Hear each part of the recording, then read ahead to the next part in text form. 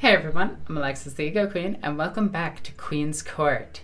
In the last episode, we got drunk and high and really stupid. It was an amazing episode, a very emotional episode. And a lot of things did get discussed, but in a more comedic way. And I'll let Viggy take over from here. Greetings, ladies and gentlemen, and I'm sitting right next to Alexa. So, my recap is at home, and I didn't get time to write a new one. So, yeah, this is gonna be improvised as hell.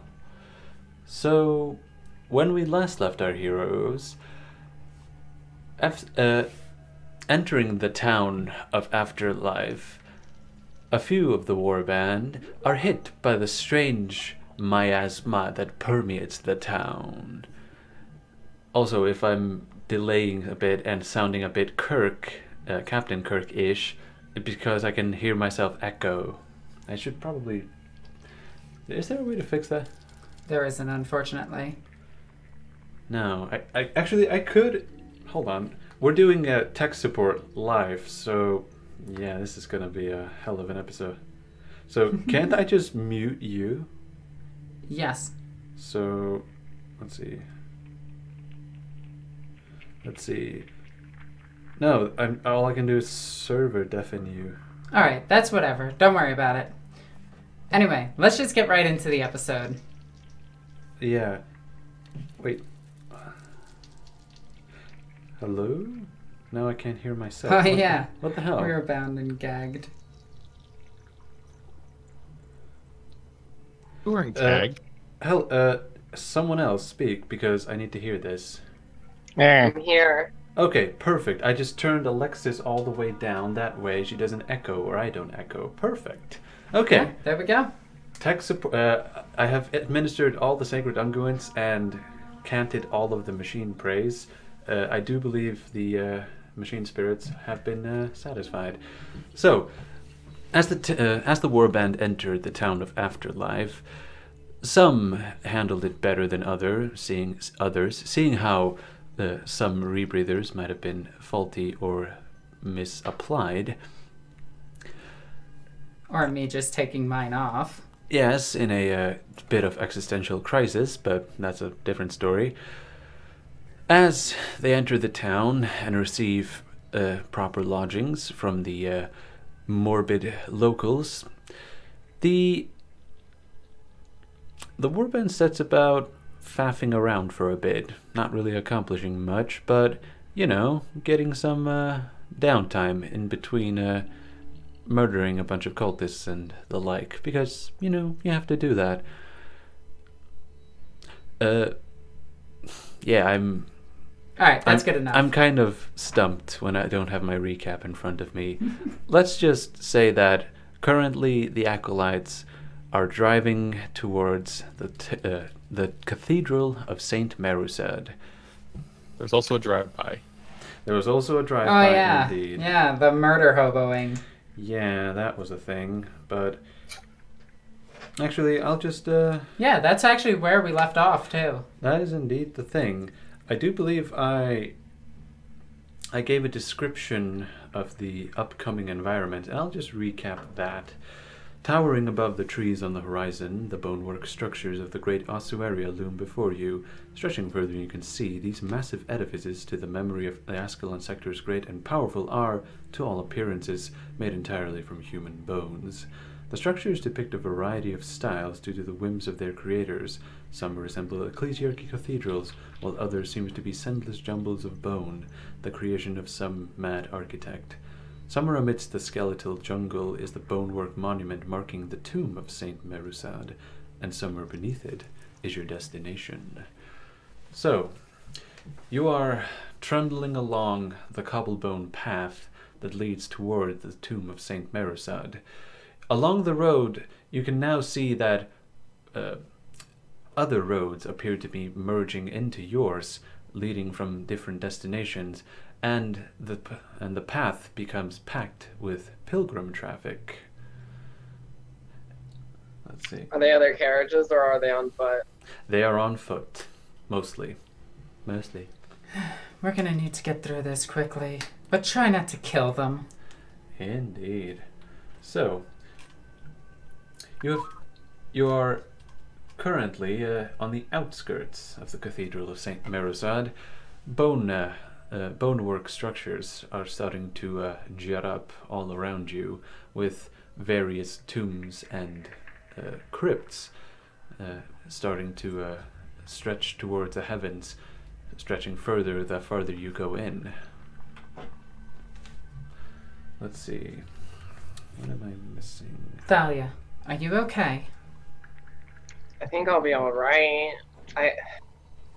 So long as we don't shoot anyone else. Well, we'll try to stick it strictly to heretics. I don't see any quick way of us getting through this crowd, though. Indeed. The carriage itself is proving to be the greatest hindrance, seeing how the pilgrims themselves do not seem intent on yielding their religious ecstasy, reaching new heights when they lay their eyes upon the end destination of their pilgrimage, some of which having started from Disolium, and most further away still.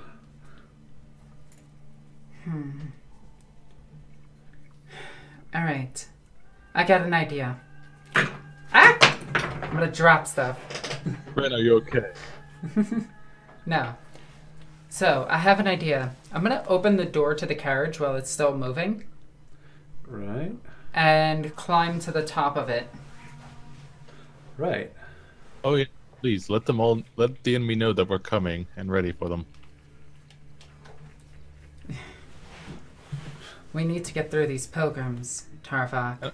And while you're at it, make sure you're wide open for a sniper. By all means. Regardless. As you exit the now broken window of the carriage, you lever yourself onto the top of the carriage. Harold and Kirshan, you note that Ren is currently standing behind you on top of the carriage. Get back in the carriage. It's dangerous outside. I've got this.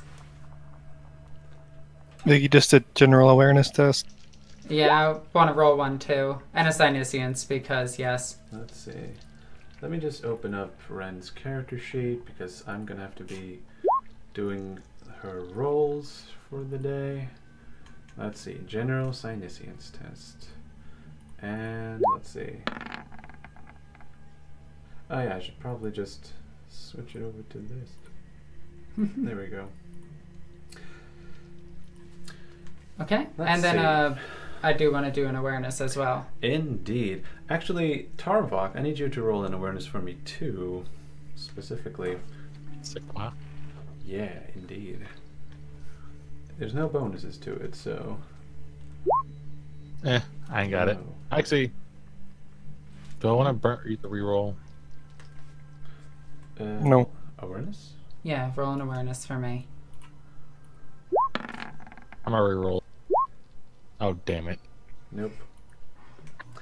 So, let's sort out that mess. So, let's go with failures first. Harold, you note that some of the pilgrims appear to be approaching the equines, giving up what little food they have in feeding the beasts. Harold is just going to stare at them. Indeed. Does he attempt? Is he going to oppose them in any way? The beasts do need to eat. But not that kind of food. Well, it is mostly fruit that are being handed to the beasts. Some local variety. Yeah. Then again, No. most people just like to pet horses, which, to be fair, is Yeah. a fun thing to do. So, with that, Ren, as she stretches out her psychic sense, there is only a general background hum going on no doubt emanating from the pilgrims themselves, as their fervent beliefs radiates away from this place. Let's see. What was the name of the planet again? Thaur. Pilgrims of Thaur. I bid you the blessings of the Emperor. And I'm going to have Riza fly behind me. And I'm going to fully activate my holy brazier. Right. Whoosh. So it looks all nice and everything. Uh-huh. I must ask you to part for us. For we need to go and sanctify the place even more to make your trip just that much more worth it. I'm gonna make that a normal command test. I'm gonna spend a fate point. There you go. 1 fate point spent. Down to 3. Can you pass me my fate points? Here you go. And yes, I use actual pieces. Indeed. So.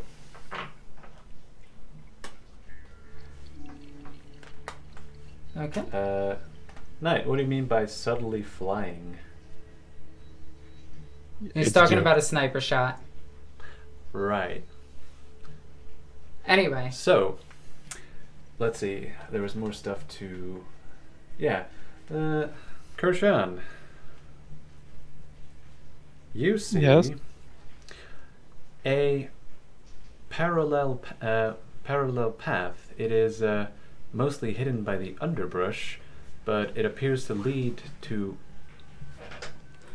Go to the other screen really quickly, Victor. Yeah?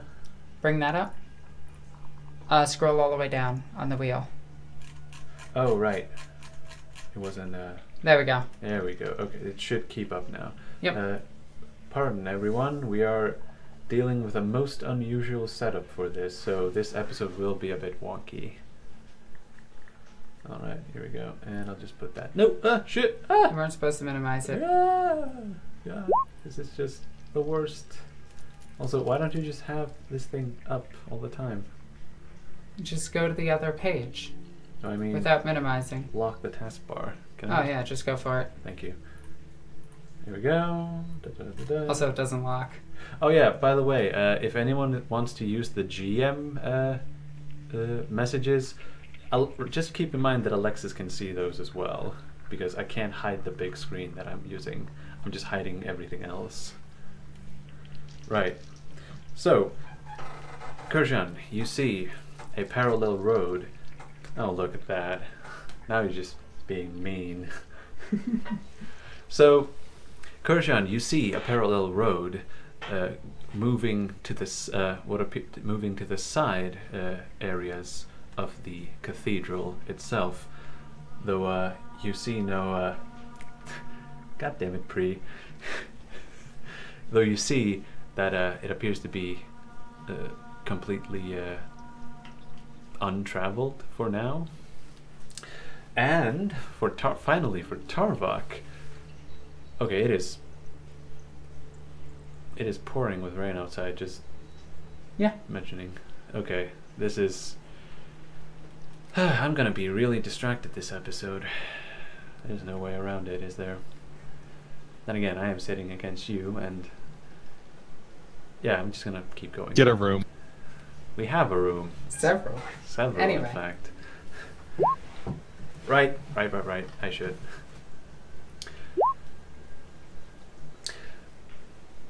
Tarvok, as you look around, you see near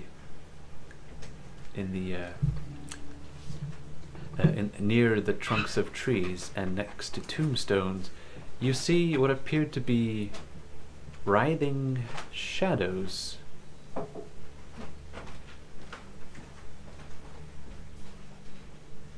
I keep my eyes locked to them. Indeed. As you concentrate further on the shadows, they seem to melt away back into something akin to light distortion, as you would recognize a shadow to be. Then I must implore that you get back in here as soon as possible. Something does not seem right. However, as Ren does finish her sermonizing towards the pilgrims, they do in fact open a small path, mostly through admonishing other pilgrims that are paying less attention and scooching them out of the way. So, you are now, let's see,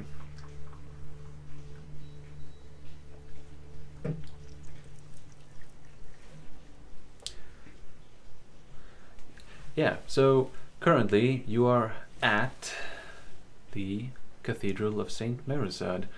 All around you, you can see Gothic arches made of human bone stretch far into the sky. And you see that many alcoves and niches seem to be set out for more personal observances or prayers, which leads to many twists and turns, though you are approached as you are as it seems to be as you seem to have entered the complex proper. A man in a black robe with the iconography of the Eulogus Askeline does approach the right side of the carriage, which means that's where Kirshan is sitting. He holds up his hands and says, "I must ask you to go on foot from here on out. The temple complex cannot be desecrated by the hoofprint of these beasts." I'm gonna jump from the, well, just drop from the carriage itself. Indeed. And land next to him. Can I do an awareness test on just him? Just him? Yeah, you can. Okay. Let's see. Also, Kirshan, don't kill this man. Well, you don't notice anything out of the ordinary. You see that his eyes are sunken and his face is pale, much like the rest of the Eulogus Askeline, but he seems to have a hint of youthfulness about him, meaning this is probably a newer member to the Eulogus Askeline. I'm gonna look him in the eyes and just be like, "No problem, youngster." Thank you. It is most problematic if they beasts were to defecate in here. Oh, the months of consecrating.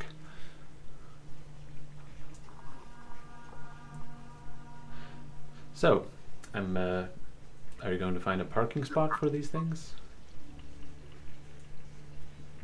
I'm going to ask him if there's a place where I can, We have place the carriage. We have a storage facility close by. It is not meant for it is not meant as a stable, though I'm sure we can fit it in there. It should house the carriage too.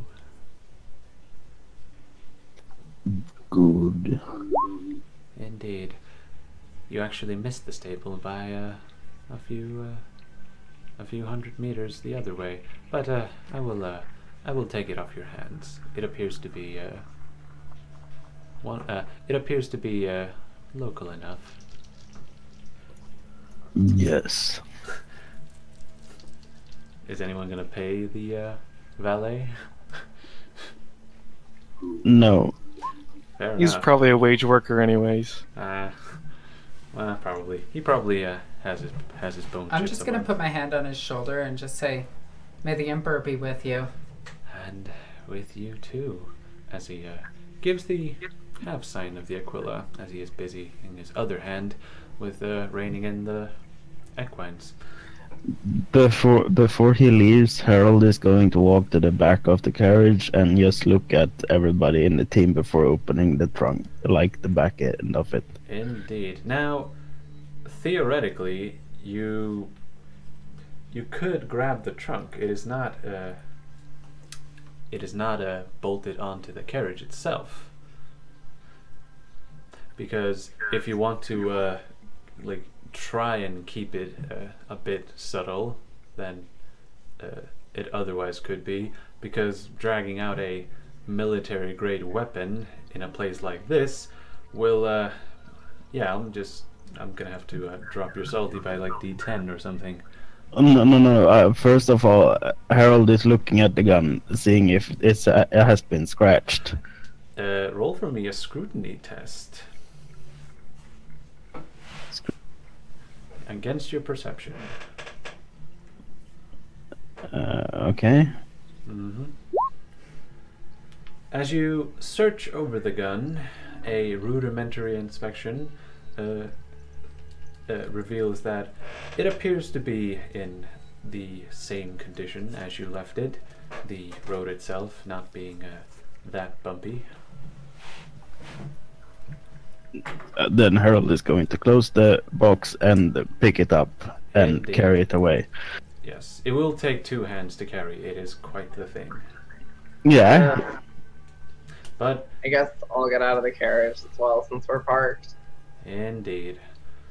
So, let's see. I'm just gonna make sure the weapons that I have in the carriage Yeah? just are still gonna be in there. I'm gonna lock the doors of the carriage. Indeed. The There's windows are broken. Doesn't yeah. matter. I can lock the doors. Dahlia, would you assist me in getting down? Of course, Tarvok. Hold on.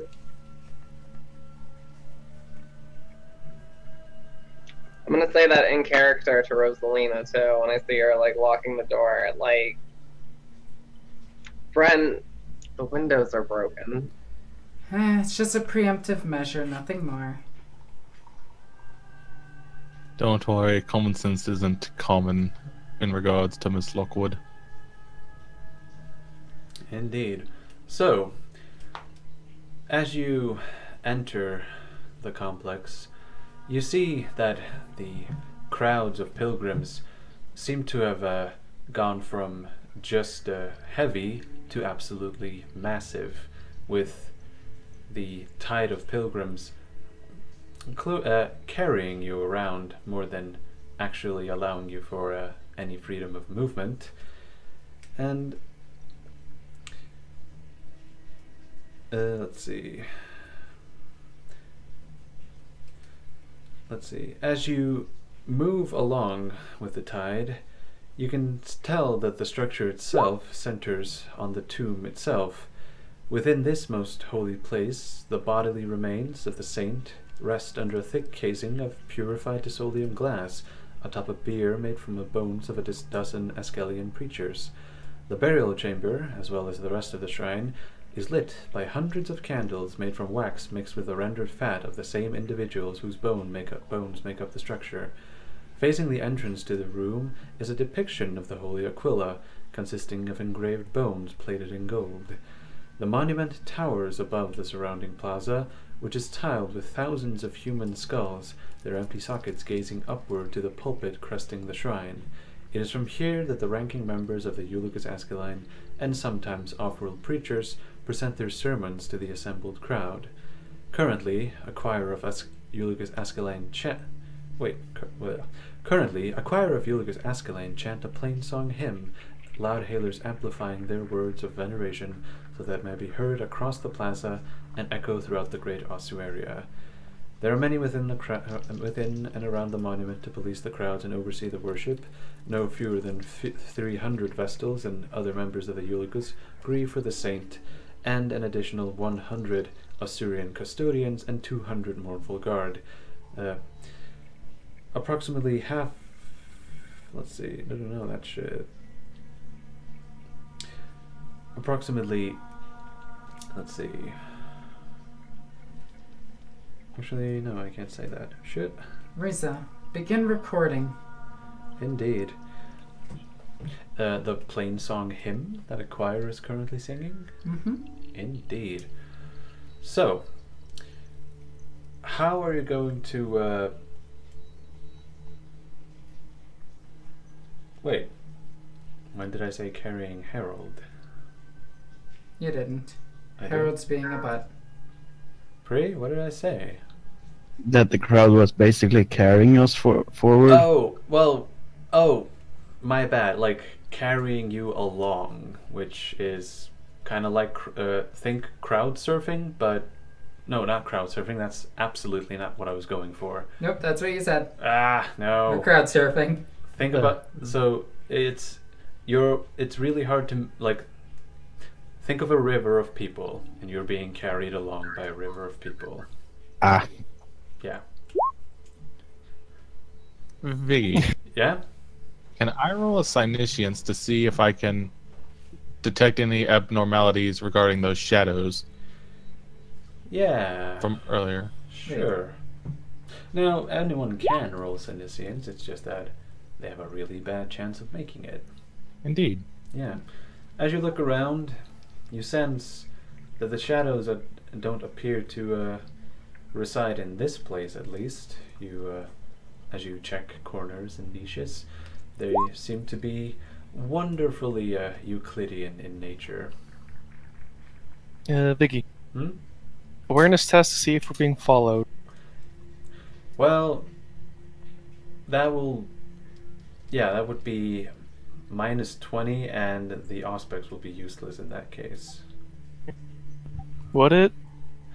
I mean, how Not would the you... auspex, but the -20, because Krishan is Hiveborn. Well, And it yeah, treats but there are an open terrain. insane number of people following you. Oh, it's an awareness test, not a navigate. But you made it still. As you look around, you don't seem to be... Well, if you are being followed, you are not being followed by the same person, due to the fact that a lot of the foot traffic is going the same way that you are. But you seem to have entered a somewhat... what's it called? Unnoticed, shall we say? Let's see. Babe, do you have another D10? Yeah, Maybe right use- next to it, under the TV. Ah, there it is. Back there. There There you it go. is. Okay, perfect. So there was a subtlety test. Perfect. So, let's see. Does anyone have any ideas on how to get down, to get further down, I mean? Could use a grappling line. Well, that's not the problem because you're currently standing on solid ground. Hmm. Can I do a lore check to know if there's like any... Wait, so where are we trying to get to? So what you're trying to do is figure out a way to get into the catacombs beneath this cathedral. Can I do kind of a combo logic lore ecclesiarchy? You can either roll lore or navigate. If anyone wants to roll logic or navigate surface, they can do so. Ooh, I'll roll navigate surface. Indeed. Let's see, navigate. You don't have navigate. Yeah, I'll surface. roll it. Yeah, you have no idea. Ren points to the left. I think we go that way. Biggie, Yeah, I'm gonna regret this, but fate point logic. to figure out where to go. That's kind of an important thing to do. Indeed. As you look around, the place empties out. The structure itself is stripped of all traces of human ossification. You see that the walls themselves have turned black, and a group of shadows, which without faces hard to tell, but you instinctively know through some weird dream logic that they're looking at you, and they walk through an arch to your left. Which, incidentally, is exactly where Ren pointed, though she had no idea. And you are back. Correct, Ren. And you are back. With the crowds of looked up. people and the walls of bone returning. I look to Ren and kind of chuckle. You are indeed correct, Lady Lockwood. I know my way around places like this. Of course you do. like a child to the crib.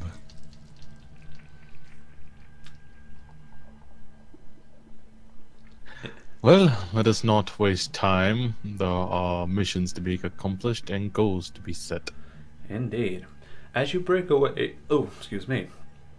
As you break away from the main traffic throng of pilgrims, you find yourself able to finally walk around with some ease.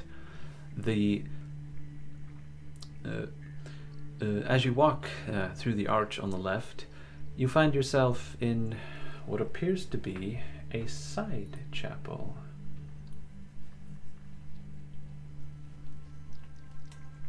Actually, I'm gonna have to do this.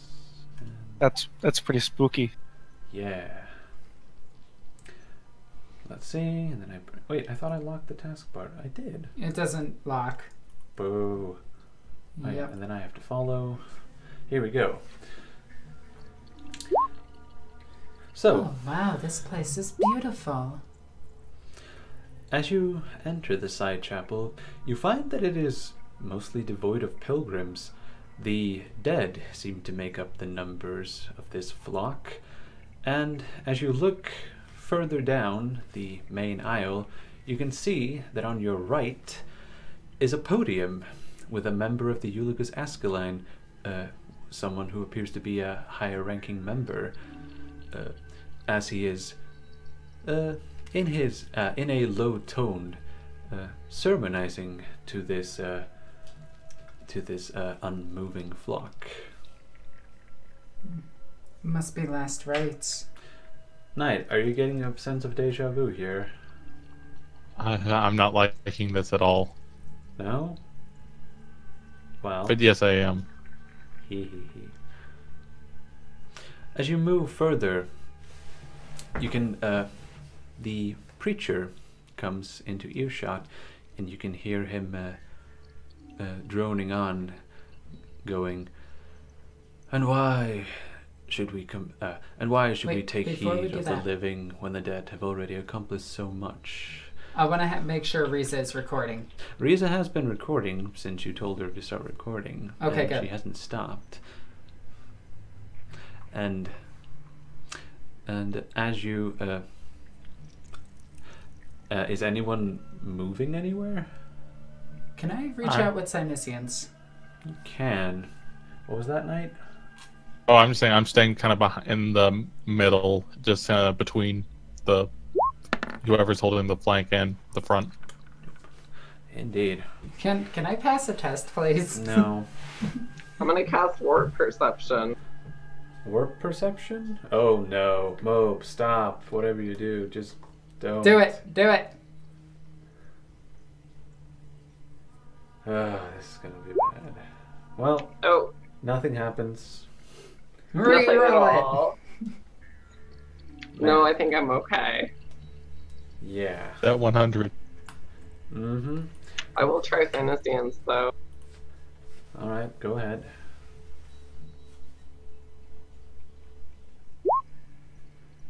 Well, there's your double. I'm going to intimidate the spooky skeletons. Oh yeah, you need a 1.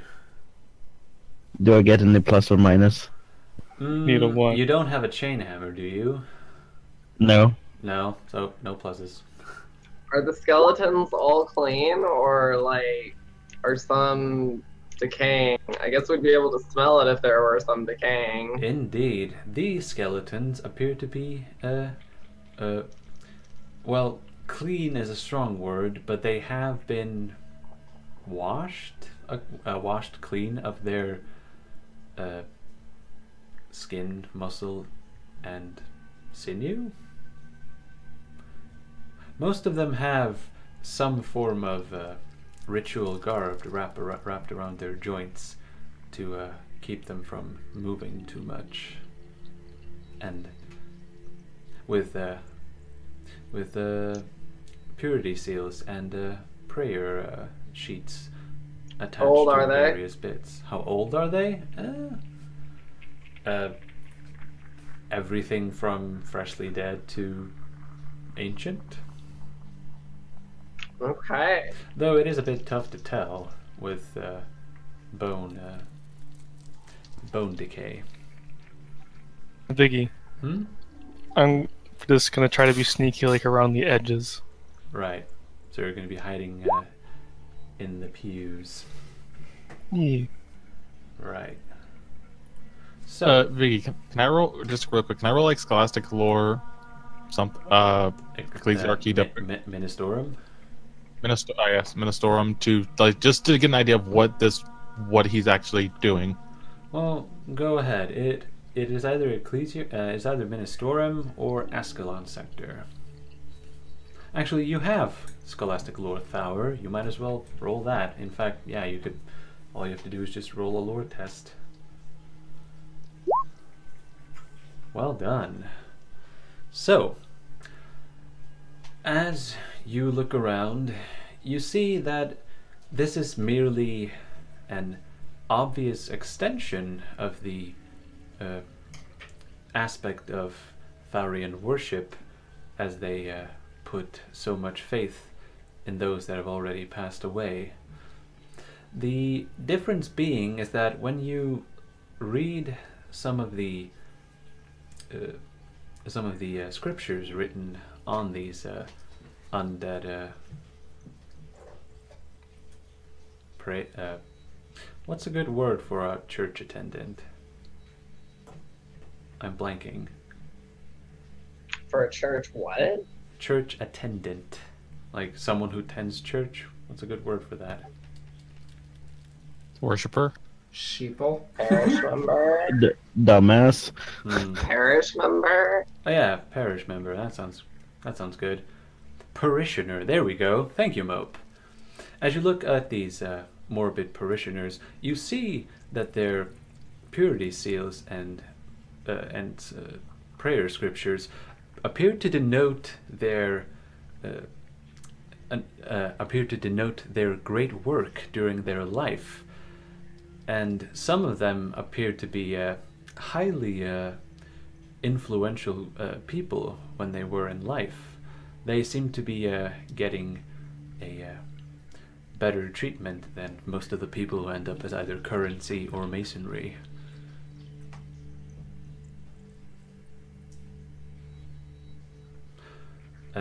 Does anyone actually approach the... Yeah, I'm walking straight up to him. Indeed. As you move to... Oh, go ahead, Mope. I'm gonna passively say to Tarbok that it seems like such a waste to work your whole life and just end up either having your bones turned into chips or this. I must agree with you. This is not what the Omnisire wanted. This is a beautiful service.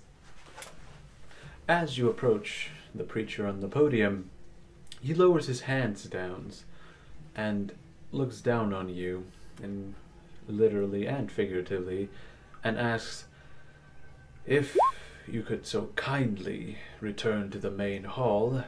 There is a private sermon going on, and I would wish to finish in due time. There are more parishioners to attend to. I'm pretty sure your audience can wait. At that, the man gives has a slight defeated look on his face, with the odd realization of his strange faith, but he humors you as he looks back up and says, "Indeed, they have they have all of eternity to wait, but I have not, and I do so wish to do all I can before I join them."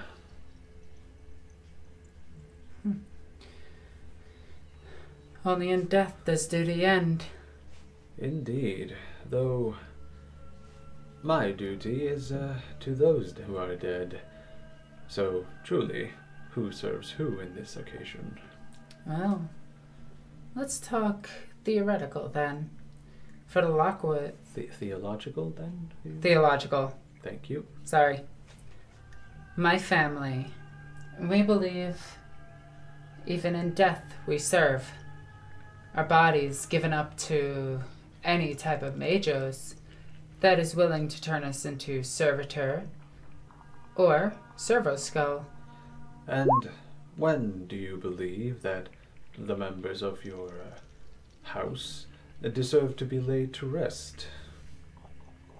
The bodies, what's left over that cannot be reused, that can be laid to rest. But the soul will keep serving the Imperium for all eternity. And would you say that these members of my flock serve their purpose?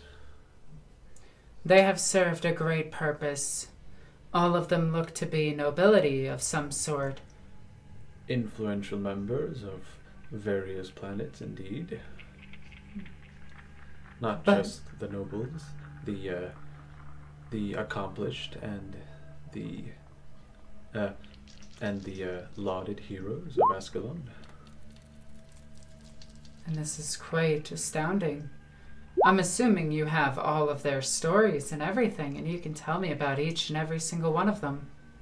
It would, but unlike them, I do not have the time or the inclination, which they don't incline in any way, unless a bird were to sit on their heads. He chuckles softly to himself.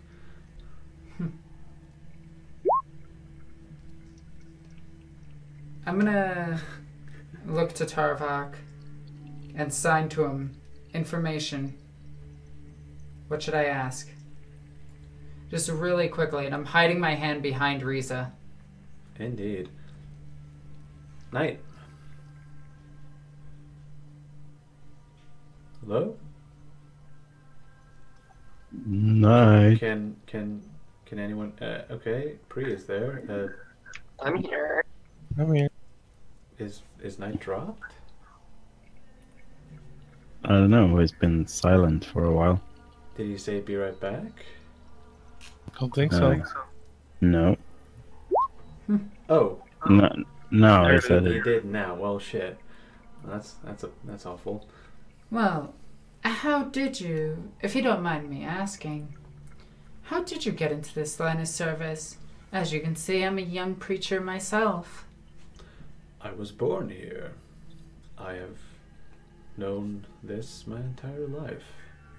And is there anything more you seek in life? More? No. This is the most sacred calling. There is only death. Do you think that you'll be sitting in the front row of here one day? Front row? No, I do not believe so. I believe that my body will serve its purpose once it is given back onto the earth.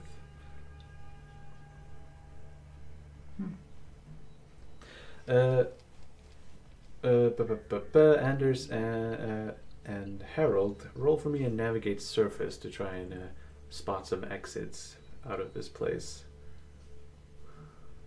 Any plus or minus? Which one of you was that? That was Toby. Right. The repressor. Well, actually, Toby would have gotten a plus 20 to that because you are currently underground. That was including the teaming masses and metal. Okay, that was with the bonus. Never mind. Yeah. I didn't check the bonus. Okay, so you did only make it because of that. Alrighty, so with that, oh boy. Point towards the ceiling. Harold, no, he just points at his chain axe. I know an exit. I know what. Here's my exit strategy. No. Harold looks at the box exit strategy. Oh, jeez. I mean, he's not wrong. Pri, you do realize you're going to have to name the plasma cannon exit strategy now. No, it already has a name. Aw, boo. Oh well. Wait. Exit strategy. Well, crap. I guess Harold is just too mesmerized by the thought of actually being allowed to use this thing. So. I will let you get back to work now. We have to leave. We must be going. Alve Imperator. He gives the sign of the Aquila as he bows. I'm gonna return it, and I'm gonna look towards Riza to fly up to him. Riza flies up to him and leans her head to the side as she gets a better look at him. The preacher mumbles something which you can't hear now, but if you were to listen to the recording later, you would be able to pick it up. So, Riza, come along, dear. She flies back down. As the Warband takes in this macabre scene, Kirshan spots behind one of the near the columns that he is using as a hiding place, one of the alcoves contains a circular staircase that leads down. Microbeat fill-in. Indeed, the Warband is now aware of this of this staircase leading down, and if it is anything like the rest of this maze, it would lead to other levels of the catacombs. Wait, so you want to go deeper into this maze? Well, you do want to get down because whatever is happening on this planet is happening beneath this place. Sounds like fun. Let's get moving. Okay. Kirshan, take the lead. Okay. Indeedio. Ren, do they have cathedrals and mortuaries like this on Proboscia? Oh, of course. Not really to the same extent, but we do have cathedrals. Do you have skeletons of people sitting in them? The walls are lined with skulls, but no, nothing of this extravagance. I take it though those skulls were once people. Oh, of course. Although no Right. members of the Lockwood household will ever have their skull placed in a cathedral. I see. Nor their bodies. And when you die, what do you have, or what do you intend to have happen to your remains? My organs would be harvested and reused. My skull will be used for a servo skull, and if my body still bears a purpose, maybe they'll let me be a servitor. I just get the feeling I'd rather be let to rest. But even in death, we still serve. Right. Like, this is just something the Lockwoods do. Though most of the time, honored heroes will be let to rest, but people like us who are serving, we will not. We are in it for the long haul. Well, your body will be anyway.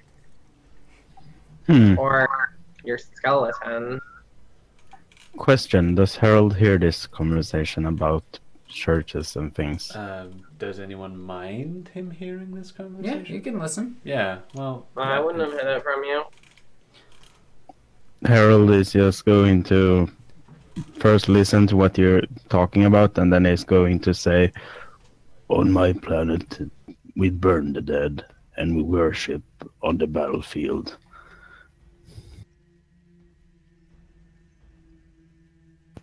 I always figured that when I died, I would be ejected into space.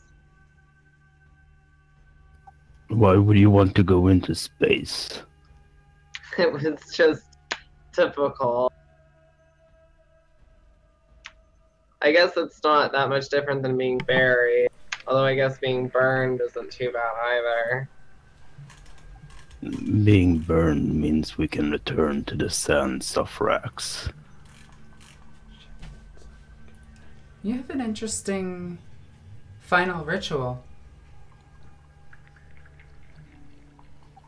Yes, it's really something. Harold, tell me more about Rax. What do you want to know? Aside from warfare, what are your customs? Well, those are basically our customs. Ah. Well, you could tell him about the naming convention. Can you repeat that, Viggy? I didn't hear you. You could tell Ren about the naming conventions on Rax. The what? Naming conventions? Like the naming culture? How people get their names?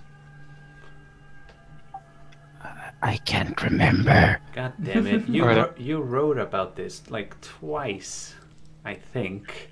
I at least read something about people getting names from you. You know what? I don't remember. Make something up then. And it will become canon. What I meant. Nothing. Okay, my Viggy, you made my mind just Go blank out of everything. Wow. Yeah, it's going all over the place right now. Fair enough. God damn it, Viggy, you ruined my thing. Fine, I'm just keep gonna going. look at Harold really quickly as he looks really deep in thought. Strong silent type.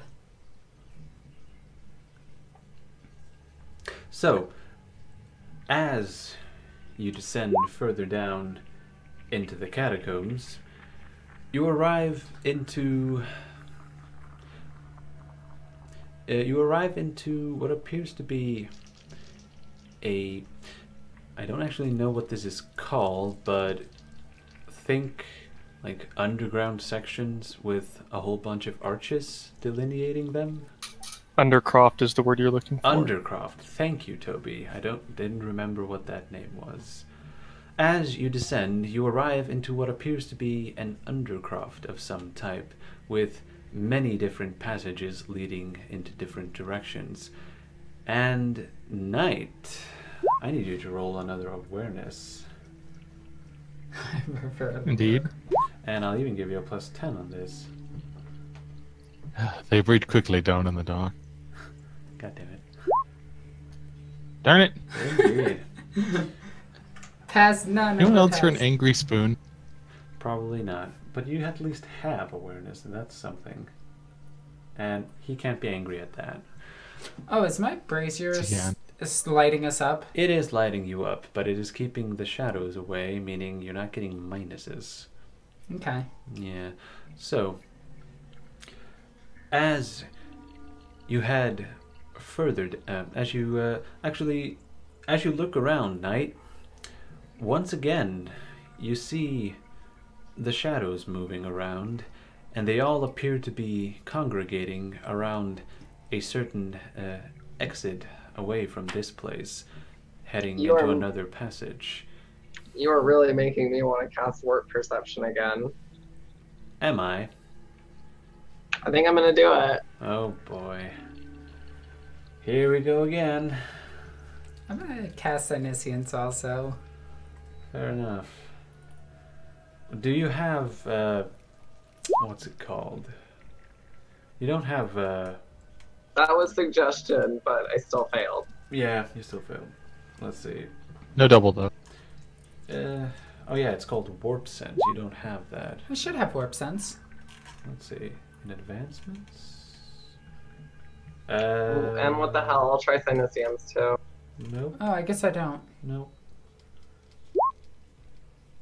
Ah, Yeah, but let me try Omniscience. yeah, let's see. Oh, one can pass any of the tests. Ren There we actually go. made it. As you see, as the warband looks around to try and find a suitable, a further way down, you find yourself looking at Tarvok as he is staring intently into one of the side rooms. Tarvok, Hmm. is something catching your eye? To say it is catching my eye would be an understatement. It is catching my very being with its disturbing presence. What are you seeing? Nothing, and it leads to everything. There's a path down that way. Do you follow it?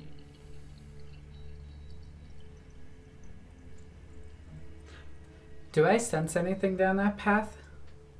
Down the path itself? And do I sense any psychers? No, you do not. Well, aside from the other one in the party, no, you do not sense any other psychers. I'm gonna look back to Polonia really quickly and just be like, That was a tiny shake of her head, for those who didn't see. odd. Mind must be playing tricks on me. Anyway, Tarvok, you suggest we walk down this path? Yes, I do. Krishan, do you see anything down this path? And I'm gonna hold out the brazier so it lights up as much as it can. Indeed. Roll awareness with the aspects. And I'll assist. Is it lit? Should just add a degree of success then. Let's see. And I mean, if we want a light source, I could just use my globe orb. Well, I also Like have, global a map. giant flamer stick. yeah, the flamer stick is working just fine. Besides, it's cool. The globe lamp goes farther. I don't think so. I think the torch works on the same rules as the globe. I think. Also, I can hold it out further. Ah, very funny. But yes, it's also more fitting to the setting, seeing how everything in here is dancing the dance macabre.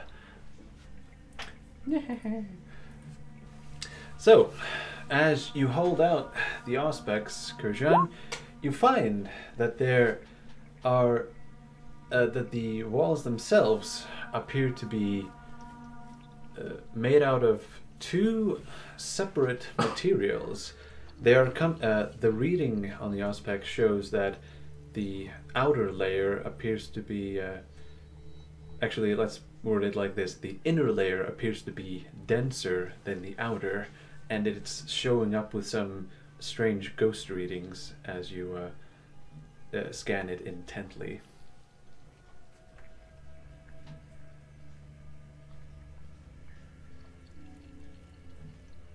I guess we'll just keep moving forward then. Alrighty. So, you move further down, walking for some time. Does anyone actually have a chrono on him? Yeah, I have a believe- chrono. So on her. So, both Tarvok and Polonia, then? You're right. I forgot, Alexis. The rules don't apply to us. God damn it. Well, that's what you get when you're just a pretentious sex object. Nope, rules don't apply to you. What can I say? Don't worry, it is a mean-hearted joke. So, I'm guessing, Polonia, do you glance at your chrono to keep the time? Yeah, I'll go ahead and do that. Indeed. As you have walked for about half I'm also an gonna hour- pull out the my auspex in one hand, and auto pistol in the other.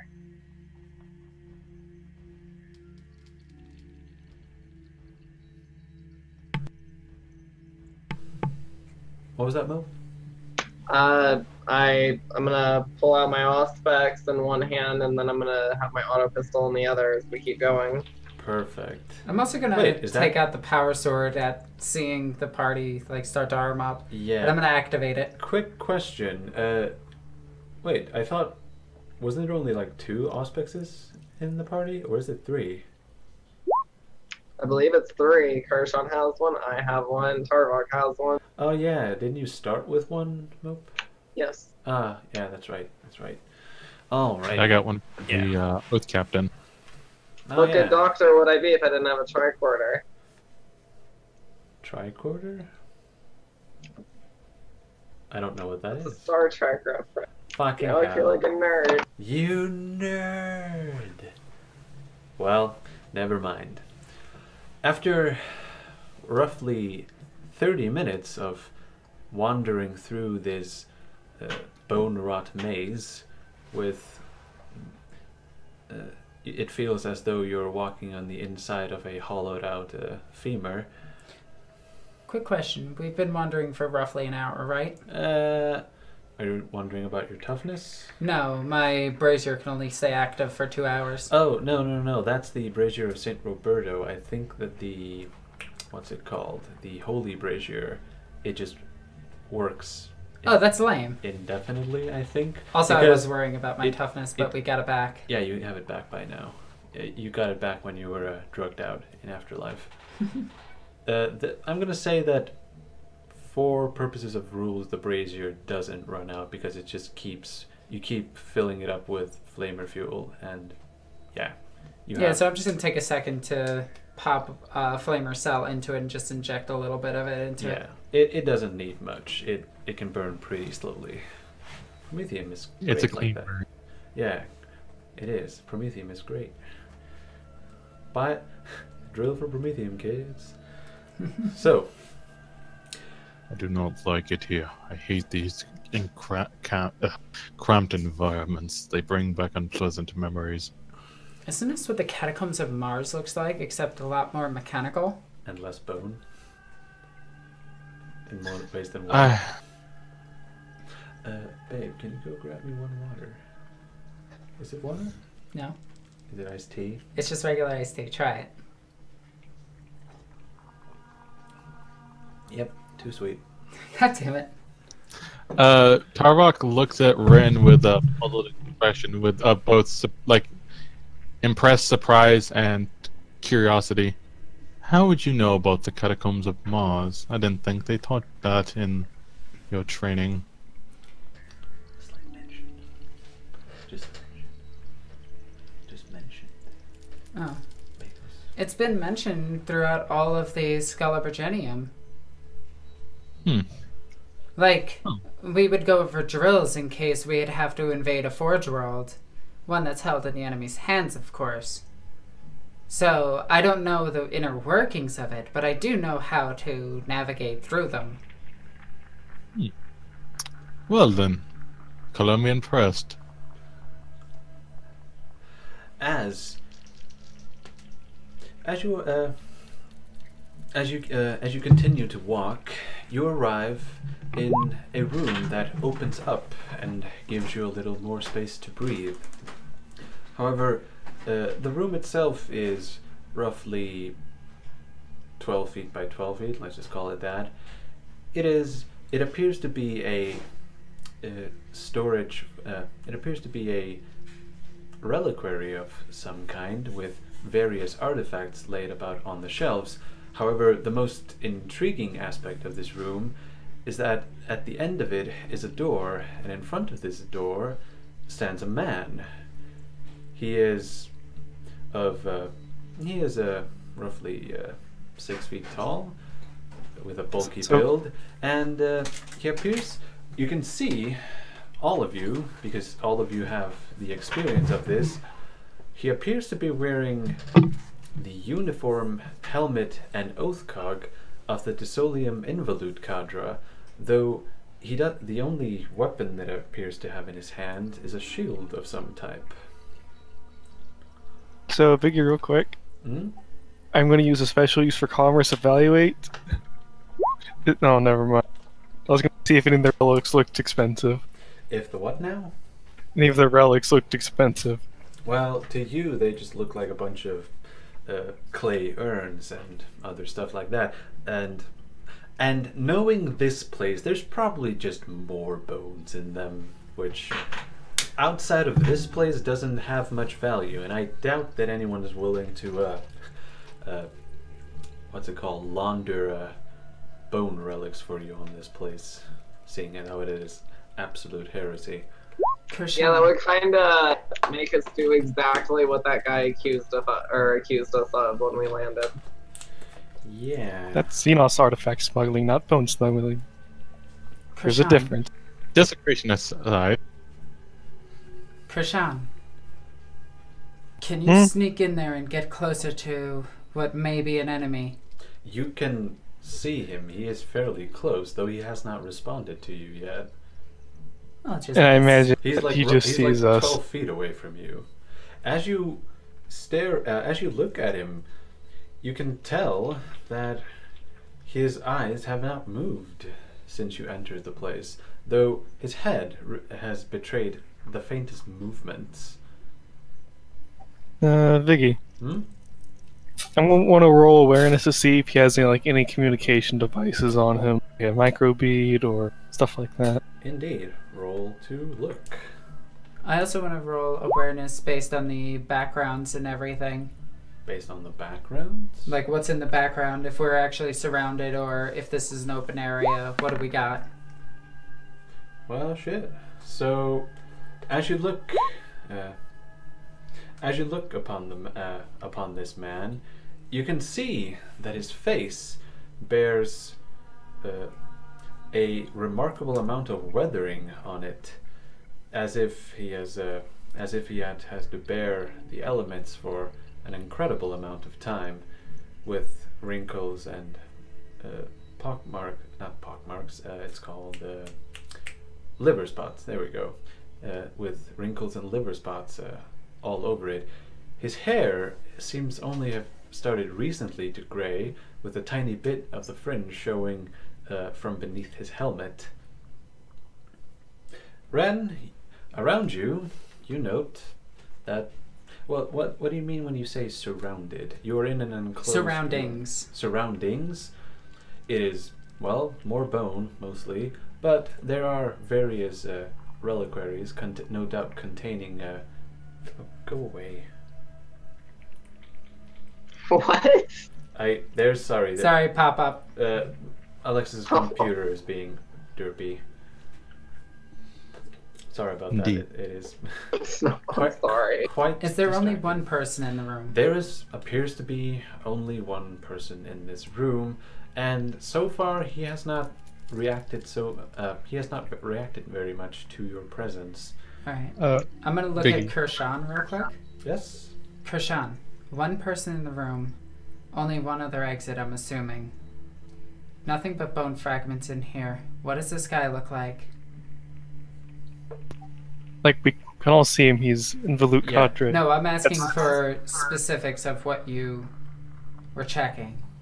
He was checking. I was for like a microbead or any. Communications equipment, and no, you do not see even the most minute of communications equipment. Now, if this man had a sub vocalizer on him, which is extremely high tech, then that would be the only way for him to actually reach out. But he himself does not appear to be augmetic in any sense of the word. At least, not without the Biggie. without the best quality augments that are nearly invisible. Is he even looking at us? He is staring in front of himself, but his eyes have not moved. Question. Yes. Can Harold call out to him in Raxian and see if he responds? You can try. What does He's- Harold say in Raxian? Well, the cadre is like Imperial Guard, right? They are Imperial Guard, yes, but they are Up the soul. Dystolium born. So whether this man knows Raxian depends entirely on whom he served with. and whether any Fraxians partook in training exercises with the PDF of Disolium. Harold is going to tell him to stand at attention and be prepared for inspection in Raxian. Indeed. As you call this out in Fraxian, you didn't actually have to roll that, because you can speak it just fine. You roll linguistics when you have to, say, read something obscure or try and figure out, like, a really ancient version of your dialect. So stuff like that. It's not for speaking per se, unless it's not your first language, and Fraxian most certainly is Harold's first dialect. As you speak out, the man finally shows some kind of response. And who wishes to enter the tomb of Lord Castor Cotraman? His voice sounds like sandpaper, rasping and from little use, but there is strength behind it, no doubt. Biggie. Yes? Can I roll? So this place is pretty archaic, right? There is no technology in here. Good. Can I roll a security check to check for pressure plates, hollow floors, any kind of... Actually, yeah, that would be a security test, because traps is a special use for security. Yep, and traps are my specialty. Ha, gay. Biggie, with that awareness test, how nice does his uniform look? How does he just look like a trooper, or does he look more like an officer? Actually, that would be an Imperial Guard lore, not... I just mean, does it have, like, fancy stuff on it? Oh, like the do you specifics? mean, does he have, like, commendations, medal, stuff like that? Yeah, does he look fancy? He does look... He looks ancient. His armor, though it appears to have been kept in good state, at some point has gathered some dust, and the man itself appears to have less inclination about keeping it in absolute perfect condition down here. Is he breathing? He is indeed breathing. He did speak, so he must have had to breathe. Well, he asked who wishes to enter the tomb, right? Indeed. He asked who wants to enter the tomb, which is no doubt the door which is behind him, which appears to be made of heavy Tharian wood. Harold is going to answer that Sergeant First Class Blackbeard wishes to enter the tomb.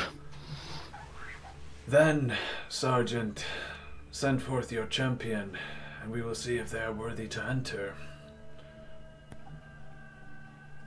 I'm gonna look Harold at is just going.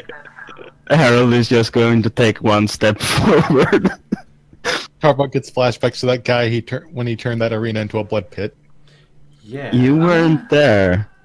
That's how it was. He was watching. Oh, I'm gonna put my hand on Harold's shoulder really quickly.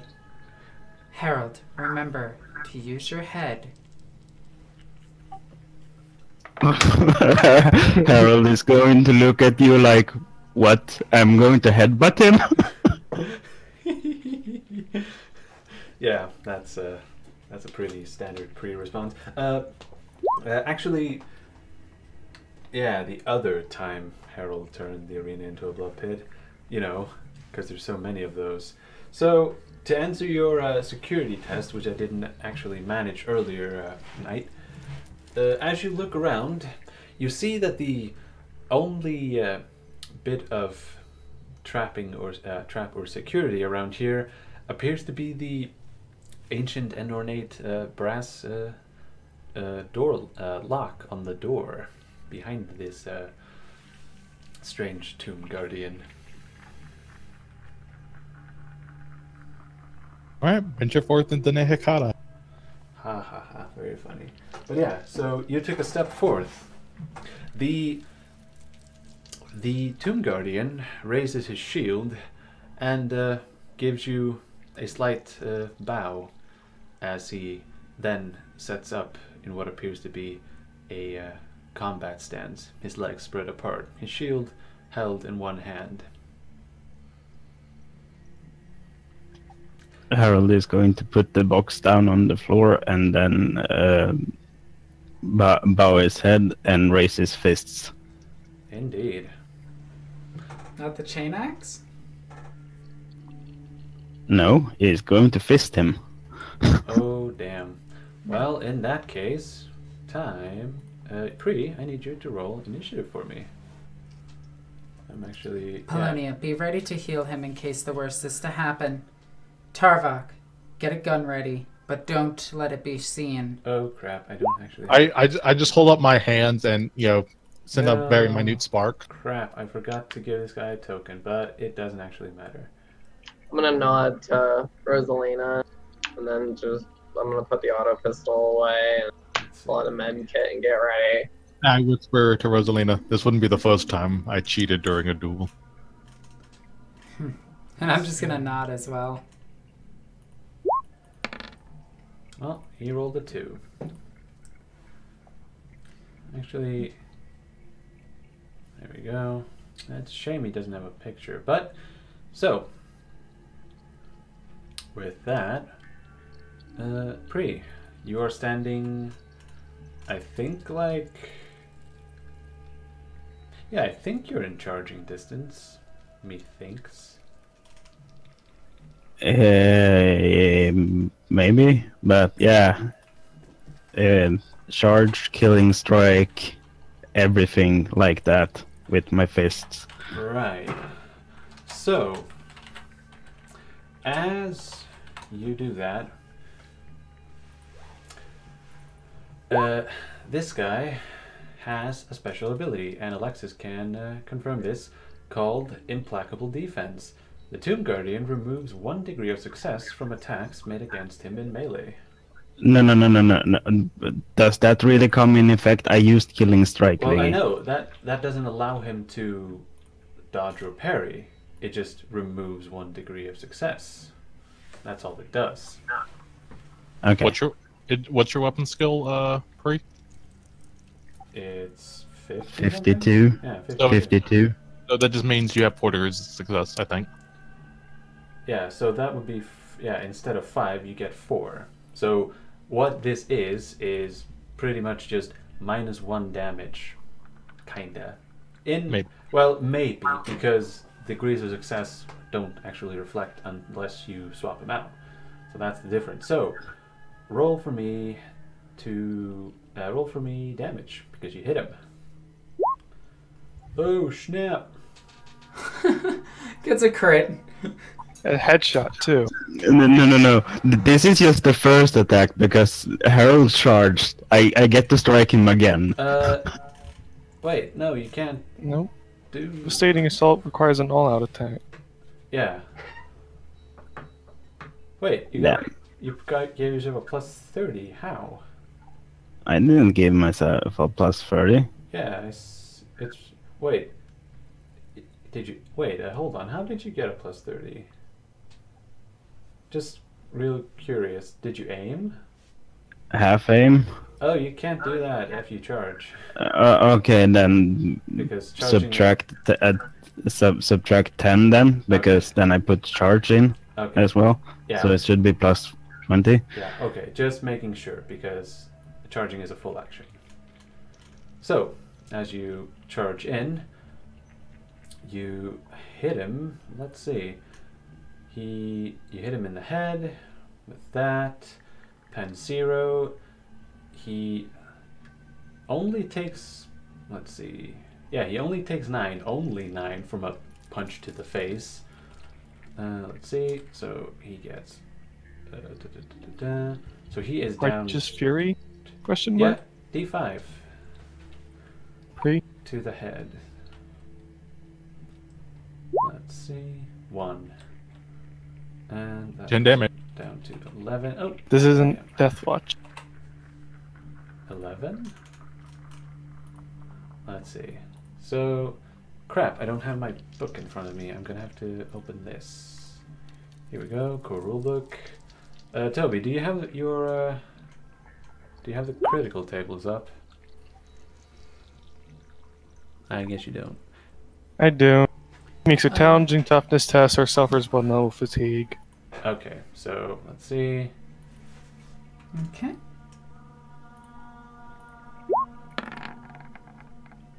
Yep, he actually. I should probably switch over to. Where is he? Here he is. That's not Rosalina making that test. That's the Tomb Guardian. So now it is his turn, and he is going to punch you right back. So let's see. So he half aims. Actually, no. Actually, no, because this dude has. No, he's not going to do that. He's not going to go all out. So he has standard attack. And the input value here is that it's best quality, but it's a shield, meaning he minuses that. But he also gets a +5 from the custom grip. So there's that. So it's only a +5. Power shield. So that's a hit. But the power field is currently not activated. Can I parry him? You can indeed. He does not have killing strike. Or fate points for that matter. Huh? Indeed. So, roll again. It is now your turn again, Pri. With a quick swipe, you block him.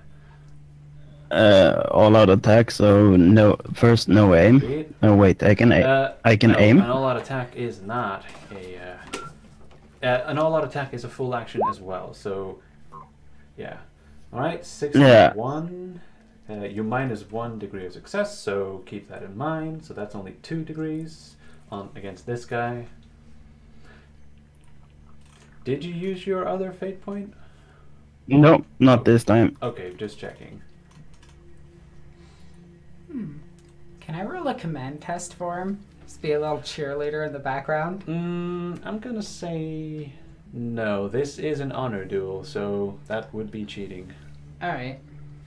I'm just going to be observing very closely at how they fight. Indeed. So, let's see. So, this guy is pretty much built around this fact, and the fact that, let's see, he gets +10, +15, +5, so that's +30 in the end. Minus 20, because I have inescapable attack. Oh yeah, -20, I forgot about that. So... Yeah, the most broken ability in the game. Oh yeah, actually, come to think of it, this dude, like, his special ability also helps against inescapable attack. That's right. So he has a better chance of parrying. Inescapable attack isn't broken, it's just awesome. Oh wow, his parry is really good. Well, that's remember, that's with the -20 on him. Well, he doesn't take your hand off because the power field isn't activated. It's his hands, and so he couldn't. That is true. They count as deadly natural weapons, so they are immune to power fields. Oh yeah, that's true. Huh. Huh, so Pri actually went in that using his head. Well, yeah, kinda. If only he had headbutted him. And, because the Tomb Guardian has counterattack, he's going to use that now, because he successfully parried. So, no aim. No, it is, it would be I'm going to call it a swift attack because it's only a -20. And, wow. Wait, no, that was wrong. It should have been, the target should have been, what's it called? -20. It's -40 from that. Yes, it should have been 35. 35, yeah, he does should have hit. been 35. He does hit you back, Pri. And sadly, you cannot parry this because... Let's see. Yeah, because it's... Oh, Tarbak, you could just say that out loud. It's technically your turn. But yeah, Knight, you can repeat that to the audience. Well, I didn't want to interrupt Belton.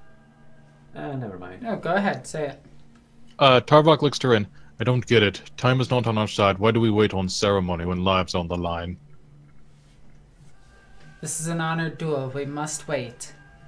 You who can't wait, who are not waiting, the cultists who are trying to perform profane ritual. I'm gonna look over to Kirshan and just be like, well, that's why we have him. Kirshan, can you sneak around these men? This man. Like, imagine he's still sitting in the doorway. Well, So, he is standing with his back to the door, so he doesn't get outflanked, which is a strange thing. Also, oh, go ahead, Dobby. So in response to this, Krishan turns his head, and he pulls out one of the throwing knives from his jacket and just gives a questioning look to Ren. Don't kill him. Just get past him. I'm also gonna take my... Do I still have my Cameline cloak? Do you? I gave it to Mope. Yeah, didn't I take it back from Mope? No, I don't think you did. I think No. Mope still has it. Not that You can ask me in character and I'll just hand it to you. Yeah, I'm gonna do that. Mope, can I get the chameleon cloak from you? Who's Mope? Mope. God damn it, Athalia. I'll nod at you and then I'll pull it out of my pack and hand it to you. I'm gonna throw it on mine and do a stealth check really quickly. Also, Vicky, you still have to roll damage. I know. I'm just waiting for the. No, just keep going. I'm waiting for the dialogue. Right, here's the damage tree. Wow, he rolled a 1. Doesn't do shit. No, it doesn't. Actually, no, he doesn't even have degrees because. No, he has a degree. Yeah, but he has only 1 damage, Yeah. which you can't swap out. Well, he bonks you in the head, but it doesn't actually do anything. So, it is his turn now, and he is going to... Hold on. I need to check something real quick, because he has the one-on-one talent. Oh, Vicky, roll for me a stealth check really quickly. Plus 30. Plus... No, chameleon cloak is plus 20. Yeah. Let's see. I'm up there already. Ah, goddammit. Let's see. Chameleon cloak, stealth, plus 20. Womp. Nope. Oh wait, that's the wrong... it says the wrong guy, but that's supposed to be Ren. You, what are you trying to do? Sneak around him. There's a door behind him that's closed. And if you were to open it, it would hit him. And there's like there's like a massive brawl going on between him and Harold. Hey, look, if I could run between a T-Rex and a Triceratops fighting in one game and sneak past them, I could sneak past some dude with a shield. What game is this? Jurassic Park, the game. The Telltale game. It's really good. It's not that good. Oh, goddammit. I'm gonna say you are unable to find an opening in between the two combatants as you try to sneak past. Damn it. So, let's see. Harold, Krishan, you're a bit smaller than me. Can you get past him? Pretty sure Krishan's taller. No, but with Rin's weaponry and everything, she's a bit bulkier. Is what I'm getting at. I'm gonna whisper to Rosalina. How far are we willing to go to get past this guy? Because if we really are in a hurry, I can just hit him with a trank and we can walk past. No. Just let Harold beat him up already. Yeah, let's get back to that then. So with the... Because there's a tiny bit of a problem with the one-on-one talent, which is pretty much the duelist talent in this game, it says, when facing an enemy in single combat, i.e. no allies or other enemies are engaged in the melee and neither combatant has been the target of a ranged attack within the last round, the character scores extra degrees of success on successful weapon skill tests equal to half his weapon skill bonus rounded down. So, in theory, he could have done more damage with that test? Oh, also, Viggy, last time I used an all-out attack, that would have triggered my devastating assault, and I would have got another all-out attack on him. Oh yeah, that's true. Do it now. Wait, no, he parried you, didn't he? Yeah, it has to be a successful attack. Yeah, like, the hit has to connect in order for you to get another hit. Because if it gets dodged or parried, it doesn't count as a successful attack, I don't think. It's... Grants... Yeah, well, yeah, but it needs a bit more text than that. It's just the quick description. Yeah, the quick description doesn't quite cover it, I don't think.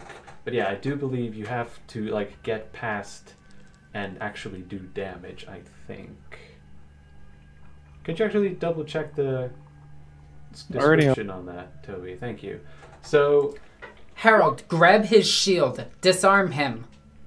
let's see. Attack grants may make a second all-out attack once per turn. The Acolyte launches a furious attack once per turn after resolving an all-out attack action that successfully hits. Ah, there we go. That's the bit. It has to successfully hit. But you did roll high on that attack, and he didn't get many minuses, so we'll see how it goes. Pre, do you mind if I, like, bump his degrees up by 2? Sure. Does that actually that doesn't do anything, because that just goes to 11 and it still doesn't do anything. So no, it doesn't actually matter. Never mind. It is his turn again now, so he's going to try and hit you again. This time he will do half. Oh, Harold, did you actually hear what Ren said to you? Yeah. Ah, okay. Actually, this guy is going to engage his defensive stance. And he does nothing but that. So minus 20 to hit him. So it's Harold's turn now. Harold is going to disarm him. Indeed. So, a disarm is just a weapon skill test, right? Opposed weapon Yes. skill. Yep. Would that give him... Yeah, it just says minus 20 to all weapon skills against this character. Yeah. So, you would get a minus 20 then, Pre? Due to him, like, defending himself. I think. Let's see what happens. I'm gonna roll him. 53. He makes it by 1 for succeeding. Ooh. Wow. Had he not done the defensive stance, I think you might have gotten him. Maybe. Yeah. I'll post the wording real quick. Yeah, post the word. Okay. The character makes no attacks instead. Yeah. Weapon skill test made to attack him. Disarm counts as an attack, right? I'd say so. Yeah. Yeah. It has the attack subtype. Okay, that is what I was looking for. Alrighty, so you sadly do not make that one, and in turn he is going to attempt to all-out attack you. So with that, he gets no. Actually, he gets only plus 30. Whoop. That is a hit. I'm going to parry him. Boom. Got him. Now he can't parry. And now it's my turn, and I'm going to disarm him again. Oh snap. Well.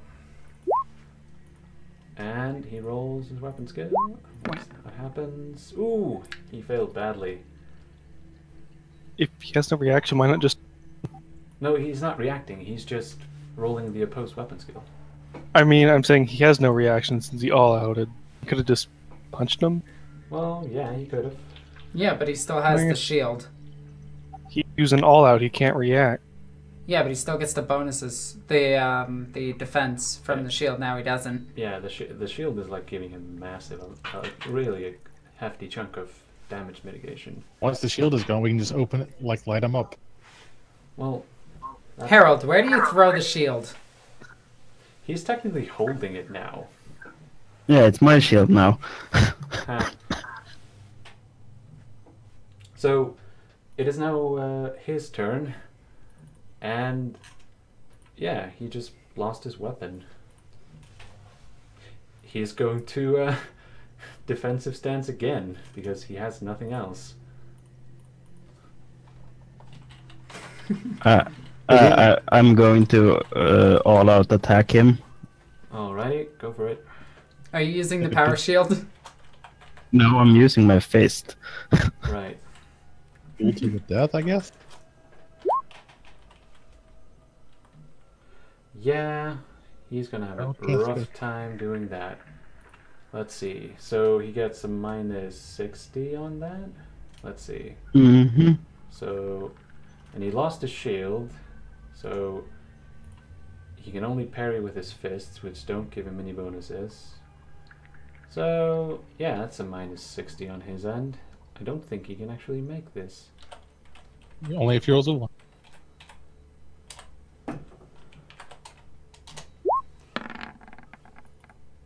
Nope. He had a 25% chance of making that. Which is still nuts because I didn't give him any of the bonuses he needed. Boom. Let's see. So, where'd you hit him? In the 50, which is the body. Chest. Which means, so, oh, that should be. Oh, unarmed specialist, you can reroll damage. Oh yeah, that's true. Doesn't he? Yeah, that's true. So you only rolled. Oh, never mind. But oh yeah, degrees. Degrees. Degrees. Which is in that case only a 60, not 7 degrees, but 6 due to his thing.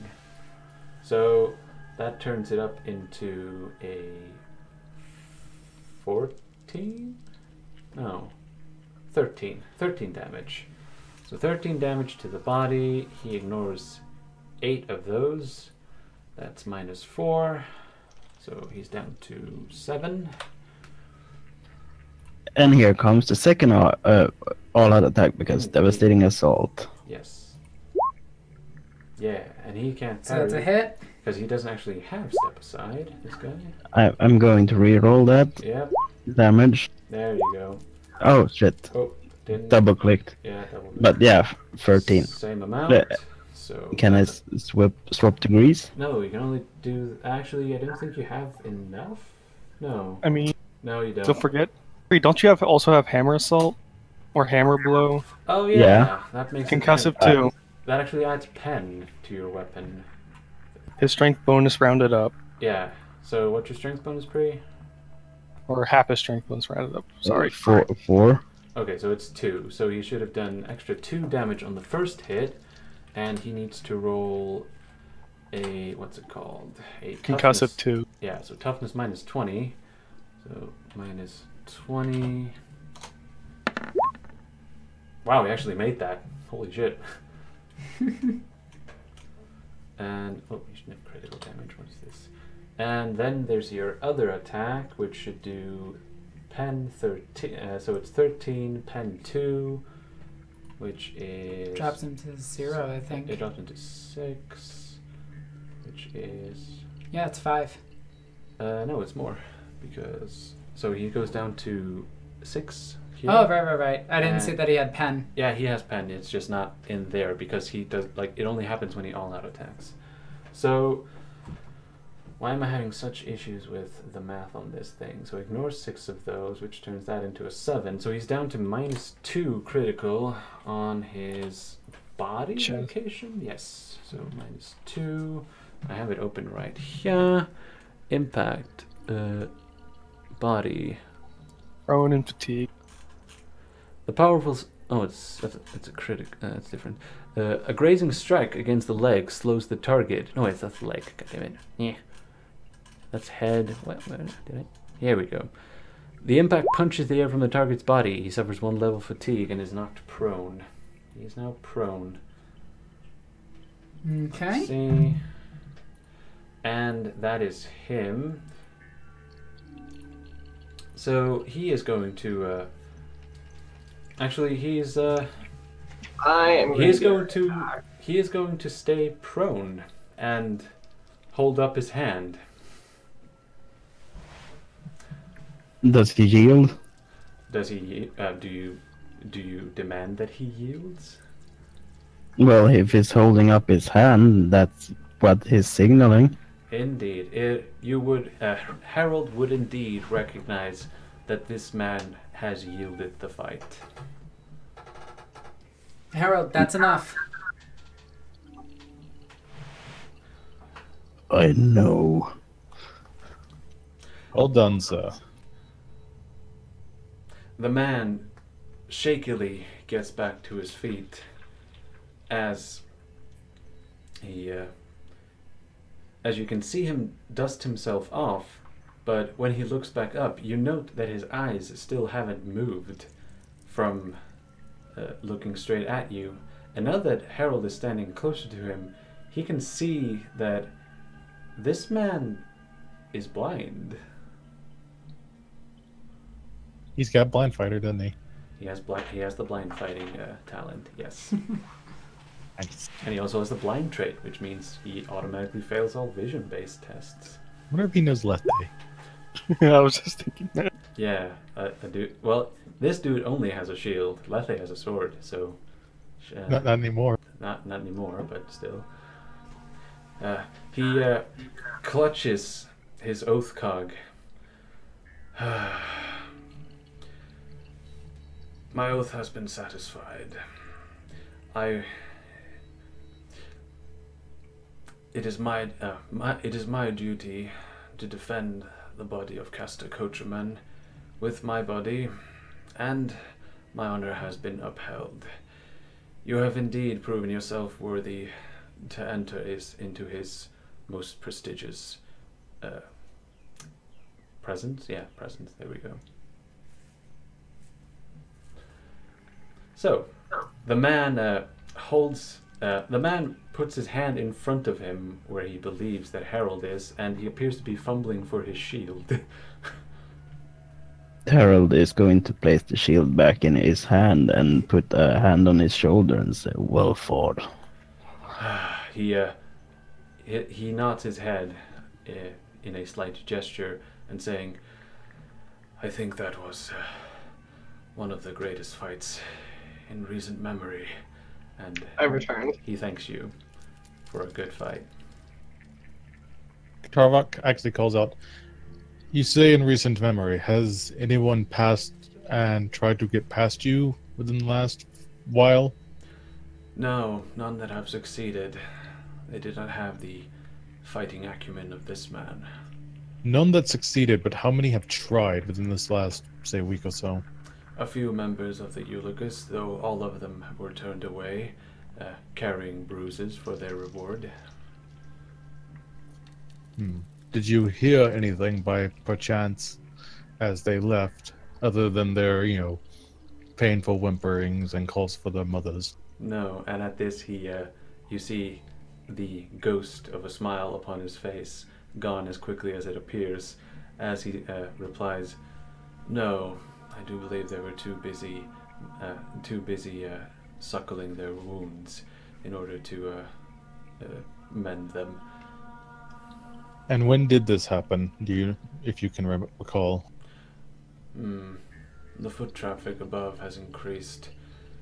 It is the time of Saint Merusaad, is it not? I do believe it has started at the same time as the celebrations started. Meaning it's been ramping up for the past few weeks. Well, I'm asking him, when those people he beat up, when did they come in? I'm trying to figure out if we're alone in these catacombs or... Oh, he tells you that nothing in, recent hours, ever since he's been here. Okay. Besides the people that bring him food, no, there is no one else that has attempted to enter. Oh, yeah. Yes. So, with that, with his shield in his hand and rolling of his shoulders, he takes a step aside and bids you enter. Polonia, can you tend to this man's minor injuries? Of course. As you say that, and Polonia approaches, the man holds up his empty hand, his non-shield hand, and says, "It is my oath does not allow the mending of my wounds. To heal them now would be a great disservice to my oath." You remember that most Dissolian people are kind of crazy when it comes to upholding their oaths. I think the concept of an oath is absurd, but if that's what you're gonna do, I can't treat you if you refuse my service. Yours is not needed.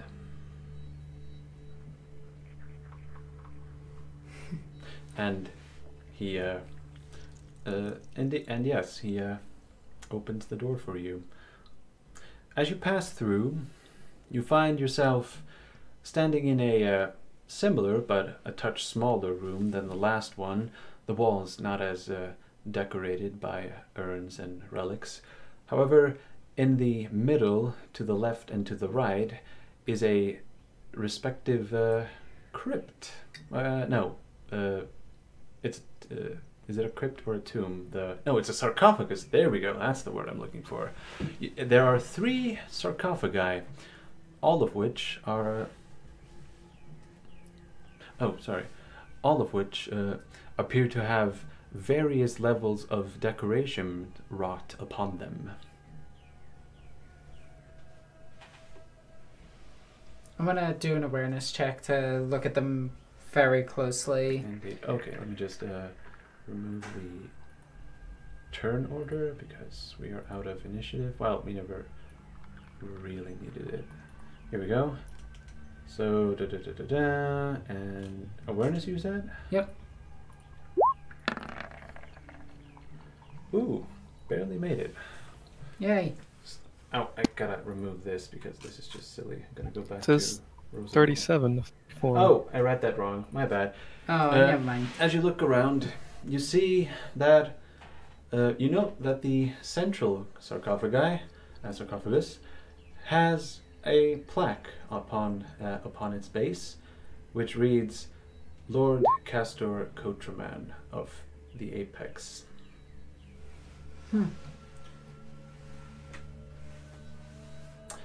Tarbok, do you want to roll not Forbidden Lore, Common Lore Dissolium?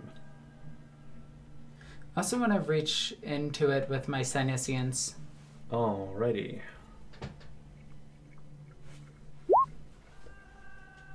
Ooh, barely made it. Sinicians, you say? Let's see. Ooh! Nice. Nice. Perfect, actually. So, let me just go through all of these in order. Tobian. Not Tobian. God damn it. He's dead. Oh, I keep making that same mistake. It's awful. Can we just bring him back? No, His no. faith is my shield. He lives on in your hearts and my shield. and in your hands. And on the end of Bruce Willis's blade. Yeah, And in your corruption. yeah, pretty much. So, Kirshan, there we go. I keep thinking Kirsch, which leads me back to him, but then again.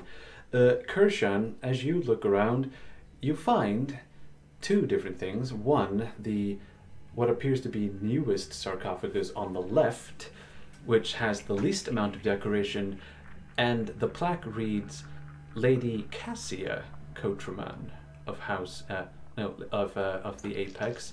However, you can see that the lid of that sarcophagus appears to have scratch marks where the lid meets the rim of the coffin itself. Is there like a lock on it, or is it just there, like a stone tablet over top of it? It is a stone tablet on top. It appears to be very heavy, like a few inches thick. So, however, to keep going through that list of skill checks, Tarvok, you know that House Cotraman is one of the ancient houses in the apex of Dissolium. Meaning that the man outside appears to have followed his seems to have followed his oath to its logical extreme when Lord Castor Cotraman died of old age. In his mind, Tarvok thinks, I enjoy the oath system. Easy to manipulate the pieces on the board. Huh. So, I guess that's one advantage to it. And I do say that in character. Indeed. And, Ren, you feel a stench. A what? A stench. However, it's not something you can see or taste or touch. It is the background stench of the Xenos artifacts that has been in close proximity to you this entire time you've been in the Ascalon sector, and you feel they emanate almost a pathway down into the newest sarcophagus. As if a well-trodden psychic path. I'm gonna look at it, look at it as if it's an actual path, and start walking towards it with my power sword active. Indeed. You find yourself standing at the base of the sarcophagus, right in front of it. Actually, right next to where Kershan is leaning and inspecting closely. What are you doing? Harold. And as Ren kind of comes close, I'm gonna... Ren, look here. Scratch marks. This has been moved recently. Help me open this. I have a suspicion. So do I. Indeed. And I'm gonna grab one side, and I'm sure Kersan's grabbing the other. So... What the hell? Just no. Oh. Okay. Kershan, I'm going to have to ask you to roll an athletics test, although you won't get any assistance from Ren because she doesn't have athletics. Oh god, this is gonna be sucky. Indeed. Ouch. I'm an acrobat, not a weightlifter. Both of you are, actually. Yeah. So No, wait. that's where that comes in. So as the two of you grab a side of the lid and strain yourselves trying to lift it, you find that it is going nowhere. Harold, get over here and assist us. I'm surprised. You know, if anyone else did it, you'd yell at us for desecrating a grave, and now here you are. There's something in here. How do you know? I'm just gonna look at him. And I'm gonna look and point at the marks on the sarcophagus itself. Indeed. So, Harold is going to walk over, grab a hold of the lid, and... no knuckle cracking? No. Aw. Ooh. He cracks his neck. He does the neck snap. Nice. So, roll for me then athletics plus 20 because you have bulging biceps. I did. Oh, never mind. I didn't actually see it that because this damn screen is huge. I'm not used to this. Yeah, I have a giant TV for this. Yeah, like this is nuts. So, with that, yes, with that, Harold moves the two of you out of the way, grabs the base, grabs the lid at one end, and simply levers it open out of the way. As you look inside the tomb, you find that it is empty. Torvok, you know that Lady Cassia Coachman is in fact alive and well back on Tisolium. So this must be the prepared sarcophagus for her eventual arrival? And I look over to everyone and say, this tomb is vacant. It's still awaiting its eternal resident. Indeed. Oh, you worded it better. So, well, the good news is we haven't desecrated anything yet, then. Yet. So, as Harold slids the lid down, he slids it and uses the back of the sarcophagus to lever it down onto the floor, you find that the sarcophagus itself appears to be very plain, without much ornamentation, though that must no doubt be implemented once the occupant itself has been interred. I need everyone who is currently looking into the sarcophagus to roll a scrutiny test. Okay, that's me. Any modifiers? No modifiers. Let's see. Screw it, I'll reroll. I'm just gonna roll D100. Let's see, scrutiny against perception. Yay! Sweet. Wondering. Yeah, also, Viggy, I was gonna say that Harold just stands there holding the lid up by itself, waiting for them to finish up. Oh boy. You may have to. The air tastes stale? That was my response to Tarvok. Oh, right. Fair enough. I didn't actually see his statement. Never mind. So, as Harold holds up the lid of the sarcophagus, Kershan, you feel a slight breeze coming from one of the corners of the sarcophagus. Is the psychic trail still going down it? It is. It goes through it. I'm gonna just swing my sword around and stab through it. Indeed. As you stab your sword down into the base of the into the bottom of the sarcophagus, you find that once while you reach some initial resistance, it plunges through and almost drops. Kershan, you felt it too, right? Yeah, there's a breeze, but could you warn me next time? I almost lost the knee to Harold. I want my hand, you know? I'm terribly sorry. And I'm No, gonna you're pull not. this sword out.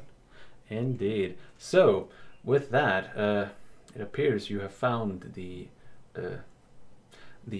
entrance into the deeper catacombs that apparently the children of the inheritance have been keeping hidden. So, with the hole open, I'm going to take out my globe light and turn it to conal setting. And I would just want to point the light down like the hole. Like, how deep does it go? Can we just drop down? Is there a ladder? The hole itself is only about the size of a power sword, so it's still pretty tiny.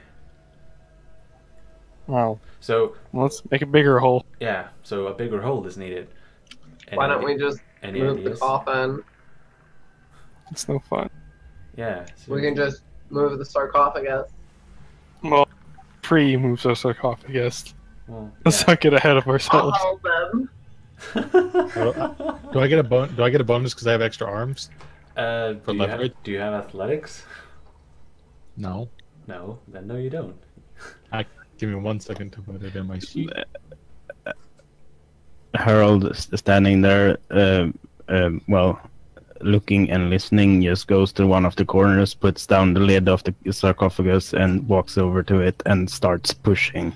Indeed, this will be a normal athletics test due to the weight of the sarcophagus. Ooh, I'm going to reroll that. indeed. Did you get it? Plus 20 for bulging Yeah. bicep? The bulging bicep is being implemented, however, this is a -20 test due to the weight of this thing. It is quite There you go. heavy. However, the weight of this sarcophagus is no match for the Praxian guardsman as he pushes, slowly but surely, moves the sarcophagus as it grinds across the floor. And, indeed, you see a staircase leading down. Though, you get the feeling that this is not the actual way that the entrance was supposed to be accessed. Yeah, it works. Oh, first one in. Indeed. Now, I need marching order because I'll go right behind Kershan. Did I cast Fort Perception? you know, Harold is going to walk back and pick up his box of Happy Fun Time. Will the box fit? Doing this. Yeah, fair enough. Now, Mope, Yes. do you really want to do that? Apparently I do not, so I will go in the back. Well, no. I'm being deadly serious here. Like something could happen, or something bad could happen.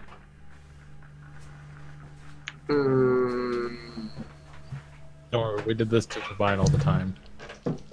Hashtag But I had the shotgun. psi rating and willpower to get away with it. You also had a most of the shotgun. And a shotgun. That helps. Well, Mope, Shotgun fixes everything. I'm Do gonna you say think- that I've been wasting too much time, so no. oh well. Actually, and as we enter, Tarbok kind of calls to everyone. As the light gains purchase, spirits are lifted and the purpose is made clear. Sure thing, Wayne June. Shut up. So, Kershan, Ren, who's next? let's see. Ren, Tarvok, I guess, in the middle. Yes. Polonia behind him. Is Harold gonna bring up the back? Yeah, with this big box of happy fun time. Indeed. So, with that, let's see what happens. That's just my mental note. Yes. Da, da, da, da, da. So, let's see.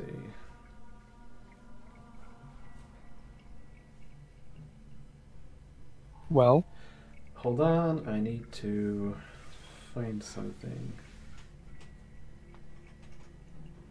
Okay, here we go. Here we go. So, as you head further down into the catacombs, the bone embedded structures of the Eulicus Ascaline starts becoming sparser and sparser as you as the bone gives way, bone and mortar gives way to a strange black substance which doesn't seem to reflect light as much as absorb it. Tarvok, I need you to roll a logic test for me. In this world, the forward of it, I suppose I will.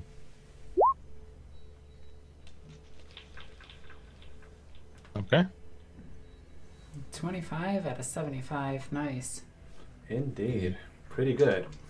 As you inspect the walls, you find that they seem to be made from the same substance as some of the Xenos artifact, though not all. For instance, the black orb comes into mind. How is this allowed? How is this manifestation allowed? No. We are the light. We are the shield of the dark against the darkness. Yes, of course. We must push forward. Yes, of course. Tarvok, are you okay? No, we Tarvok. We are. Yeah, he's just claustrophobic. Let's keep moving. We are the light. We are the shield against the darkness. I'm gonna place my hand on him and try to reassure him. Oh, hello, Thalia. Tarvok, are you okay? I don't want to be here. No. This is not how this is supposed to work. We must press forward quickly. With the haste, we need to get out of these. As you are speaking, as you are addressing Polonia, you notice out of the corner of your eyes that the reflecting blackness of the lack of reflection from the wall, you can see faint shadows moving deep within the stone itself, looking at you in accusation, though once again, how shadowed phases look in accusation is some kind of dream logic that does not seem to comply or compare. Hang on a minute. No, they want me. They want what I know. They want to keep me. I think you're gonna have to do a charm test here, Polonia. Well, my warp perception failed, so let's go ahead and try a charm too. Phew, keep dodging those warp bullets. And I'm still sensing the path, right? Indeed. It appears to be getting stronger down here. In fact, I need you to roll a -10 senescence. I thought I was a psyker, but I guess not. I mean, you are a very crappy psyker, make no mistake. Oh, But you are great at charm. Yeah. that is. Oh, snap! degrees of success. Schnitzel. Ren? Now that's a psyker. Ren? I'm looking you dead in the face now. And you're smiling at me. And Smack it. when I tell you... Sure, Stubby. When I tell you that you can feel the materium weaken, and I'm going to need another roll here. 80. Oh boy. What's this? Oh, snap. As you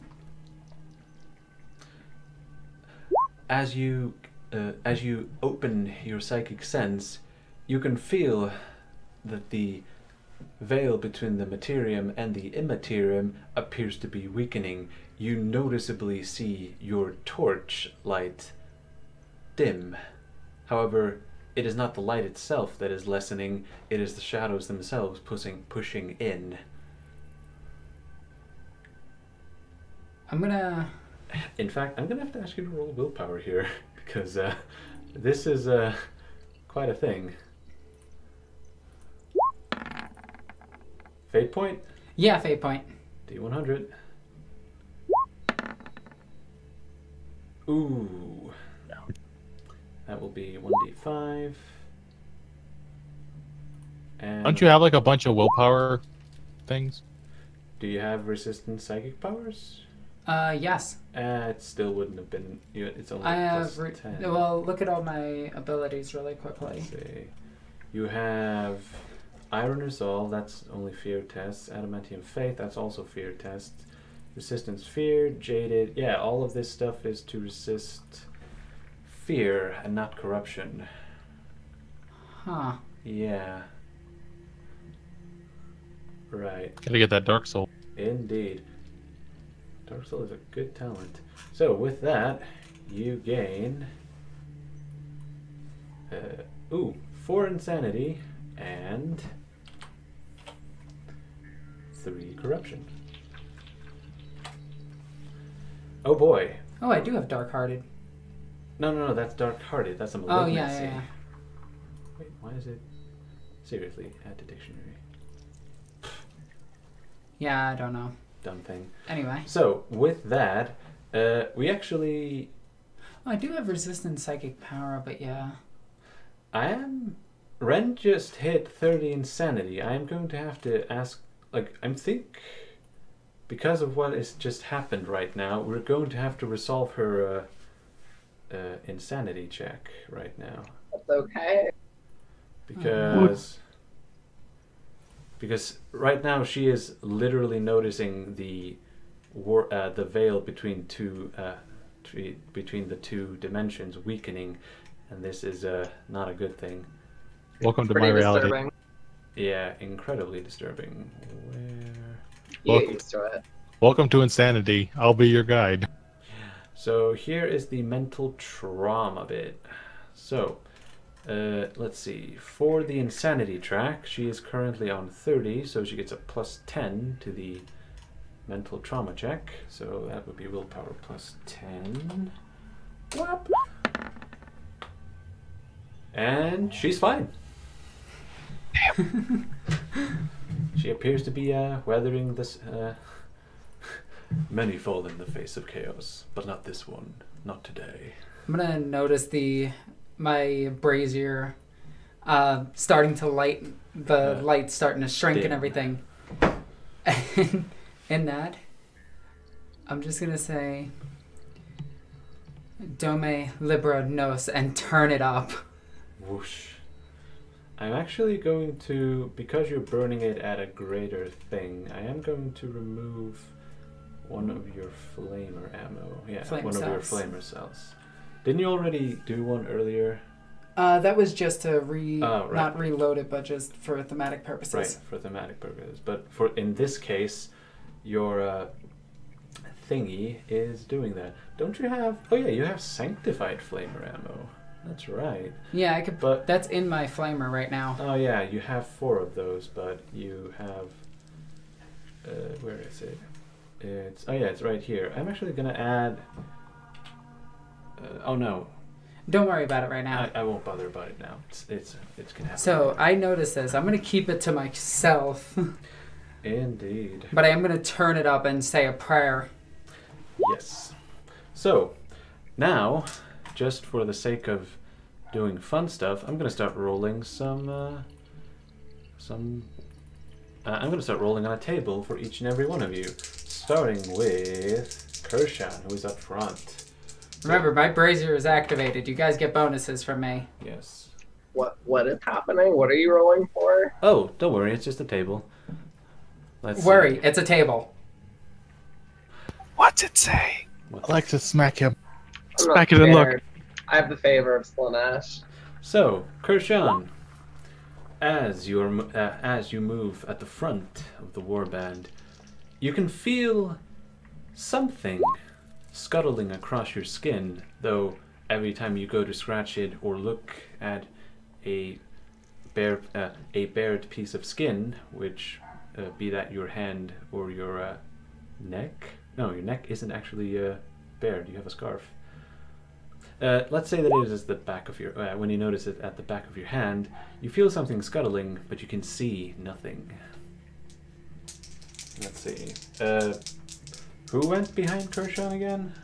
Ren. And Ren. That's right. I already did mine. I'm doing more. Ah, you butt. Oh my god. Is it 100? and she dies. Well, to be fair, she can see the table as well, because I can't hide that from her, though it would be funny. Though, as Ren, as you feel the materium weaken, you hear sibilant voices in the distance, offering power and riches untold, if only you were to let in. Take note, I rolled this. There is no greater power than the service of the Emperor. Indeed. His light in my eyes. His words on my lips.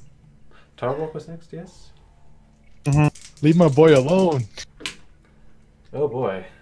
Oh boy. That was... Actually, it doesn't actually matter what I roll, because... That doesn't help. Actually, I'm going to re-roll that one, because it would be too silly. 22... Ah, perfect. Not Kirshan, Tarvok. As Polonia calms you down, you manage to center yourself and adjust the breathing rate of your bionic lungs.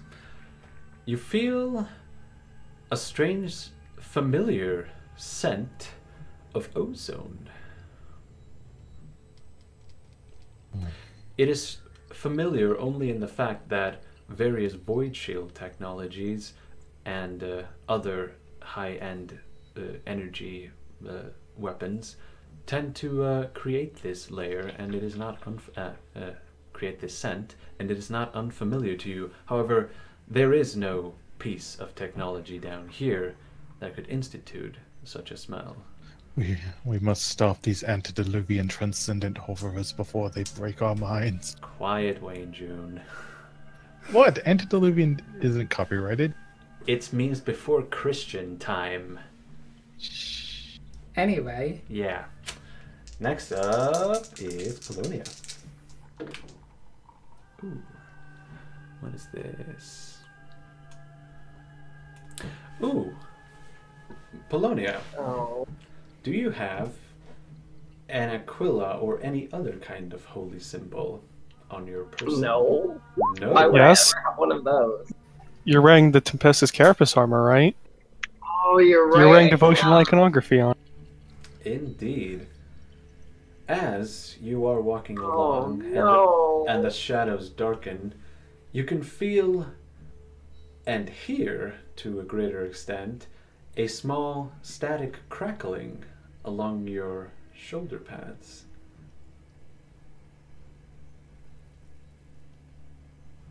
I will go ahead and take a look at my shoulder. Indeed. You can see a crackling, you can see tiny crackling lightning dancing along the wings and head of your aquila, which is never a good sign. What? And last, but by no means least, heralds. Let's see. You got this. So, how many minuses would I get to that? Because I have both resistance, psychic powers, minus 20, and I have... No one has rolled anything yet. Except for me. Well, except for Ren. That's because she stared into the weakening veil of the Freaking abyss. Ethereum. But This is more flavor stuff. This is flavor stuff for now, because no one has rolled to resist any of these. They're just happening. So, this is a boring one. Well, I say boring. It's kind of a repeat, so I'm gonna re-roll it. So, did I already get this one? Ooh, perfect. Perfect! So, Harold, as the light grows dark and dimmer, let's say, you feel, strangely enough, incredibly energized. It is almost as if a jolt of energy has been unleashed within you, and yeah, you have so much drive to do things, but it's hard to do in these cramped confines, and you feel a bit jittery.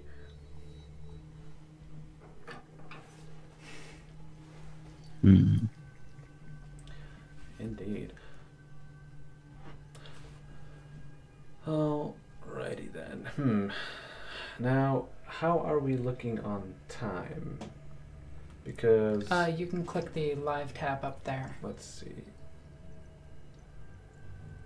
Or that never showed. Don't worry about it.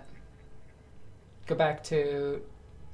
No, don't exit out. Go back to Queen's Court. Yeah. Don't worry about it. We started at 12. It's 2. We can go for another hour. That's the thing, though. I don't have another hour prepped. Oh, okay. That's fine. In fact,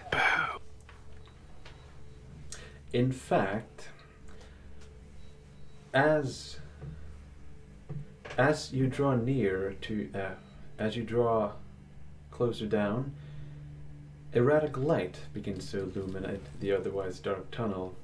Up ahead, the tunnel opens into a large chamber, lit by sputtering torchlight, suffused with an unnatural glow. Well more than 20 of robed figures chant in an unholy tongue around a vast pool of liquid. The fluid seethes and twists with unnatural energies, its viscous purple waves flecked with countless tiny points of light. As their profane words echo throughout the chamber, the flickering light casts brief shadows of inhuman faces on the chamber walls, and the waters churn, almost spilling over the edges of the pool before coming back down with a soul-shaking crash.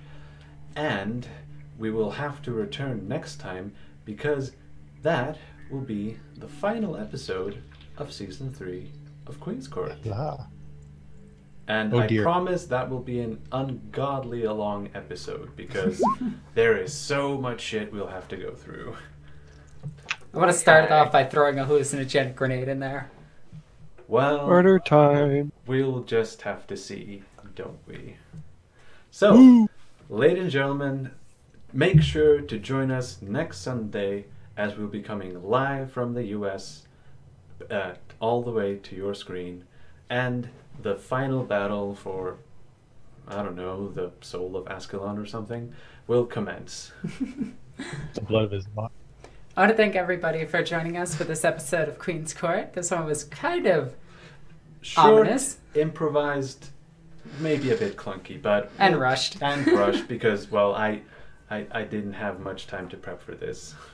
Anyway, guys, thank you for joining us. I'm Alexis the Ego Queen. I love you guys. Bye.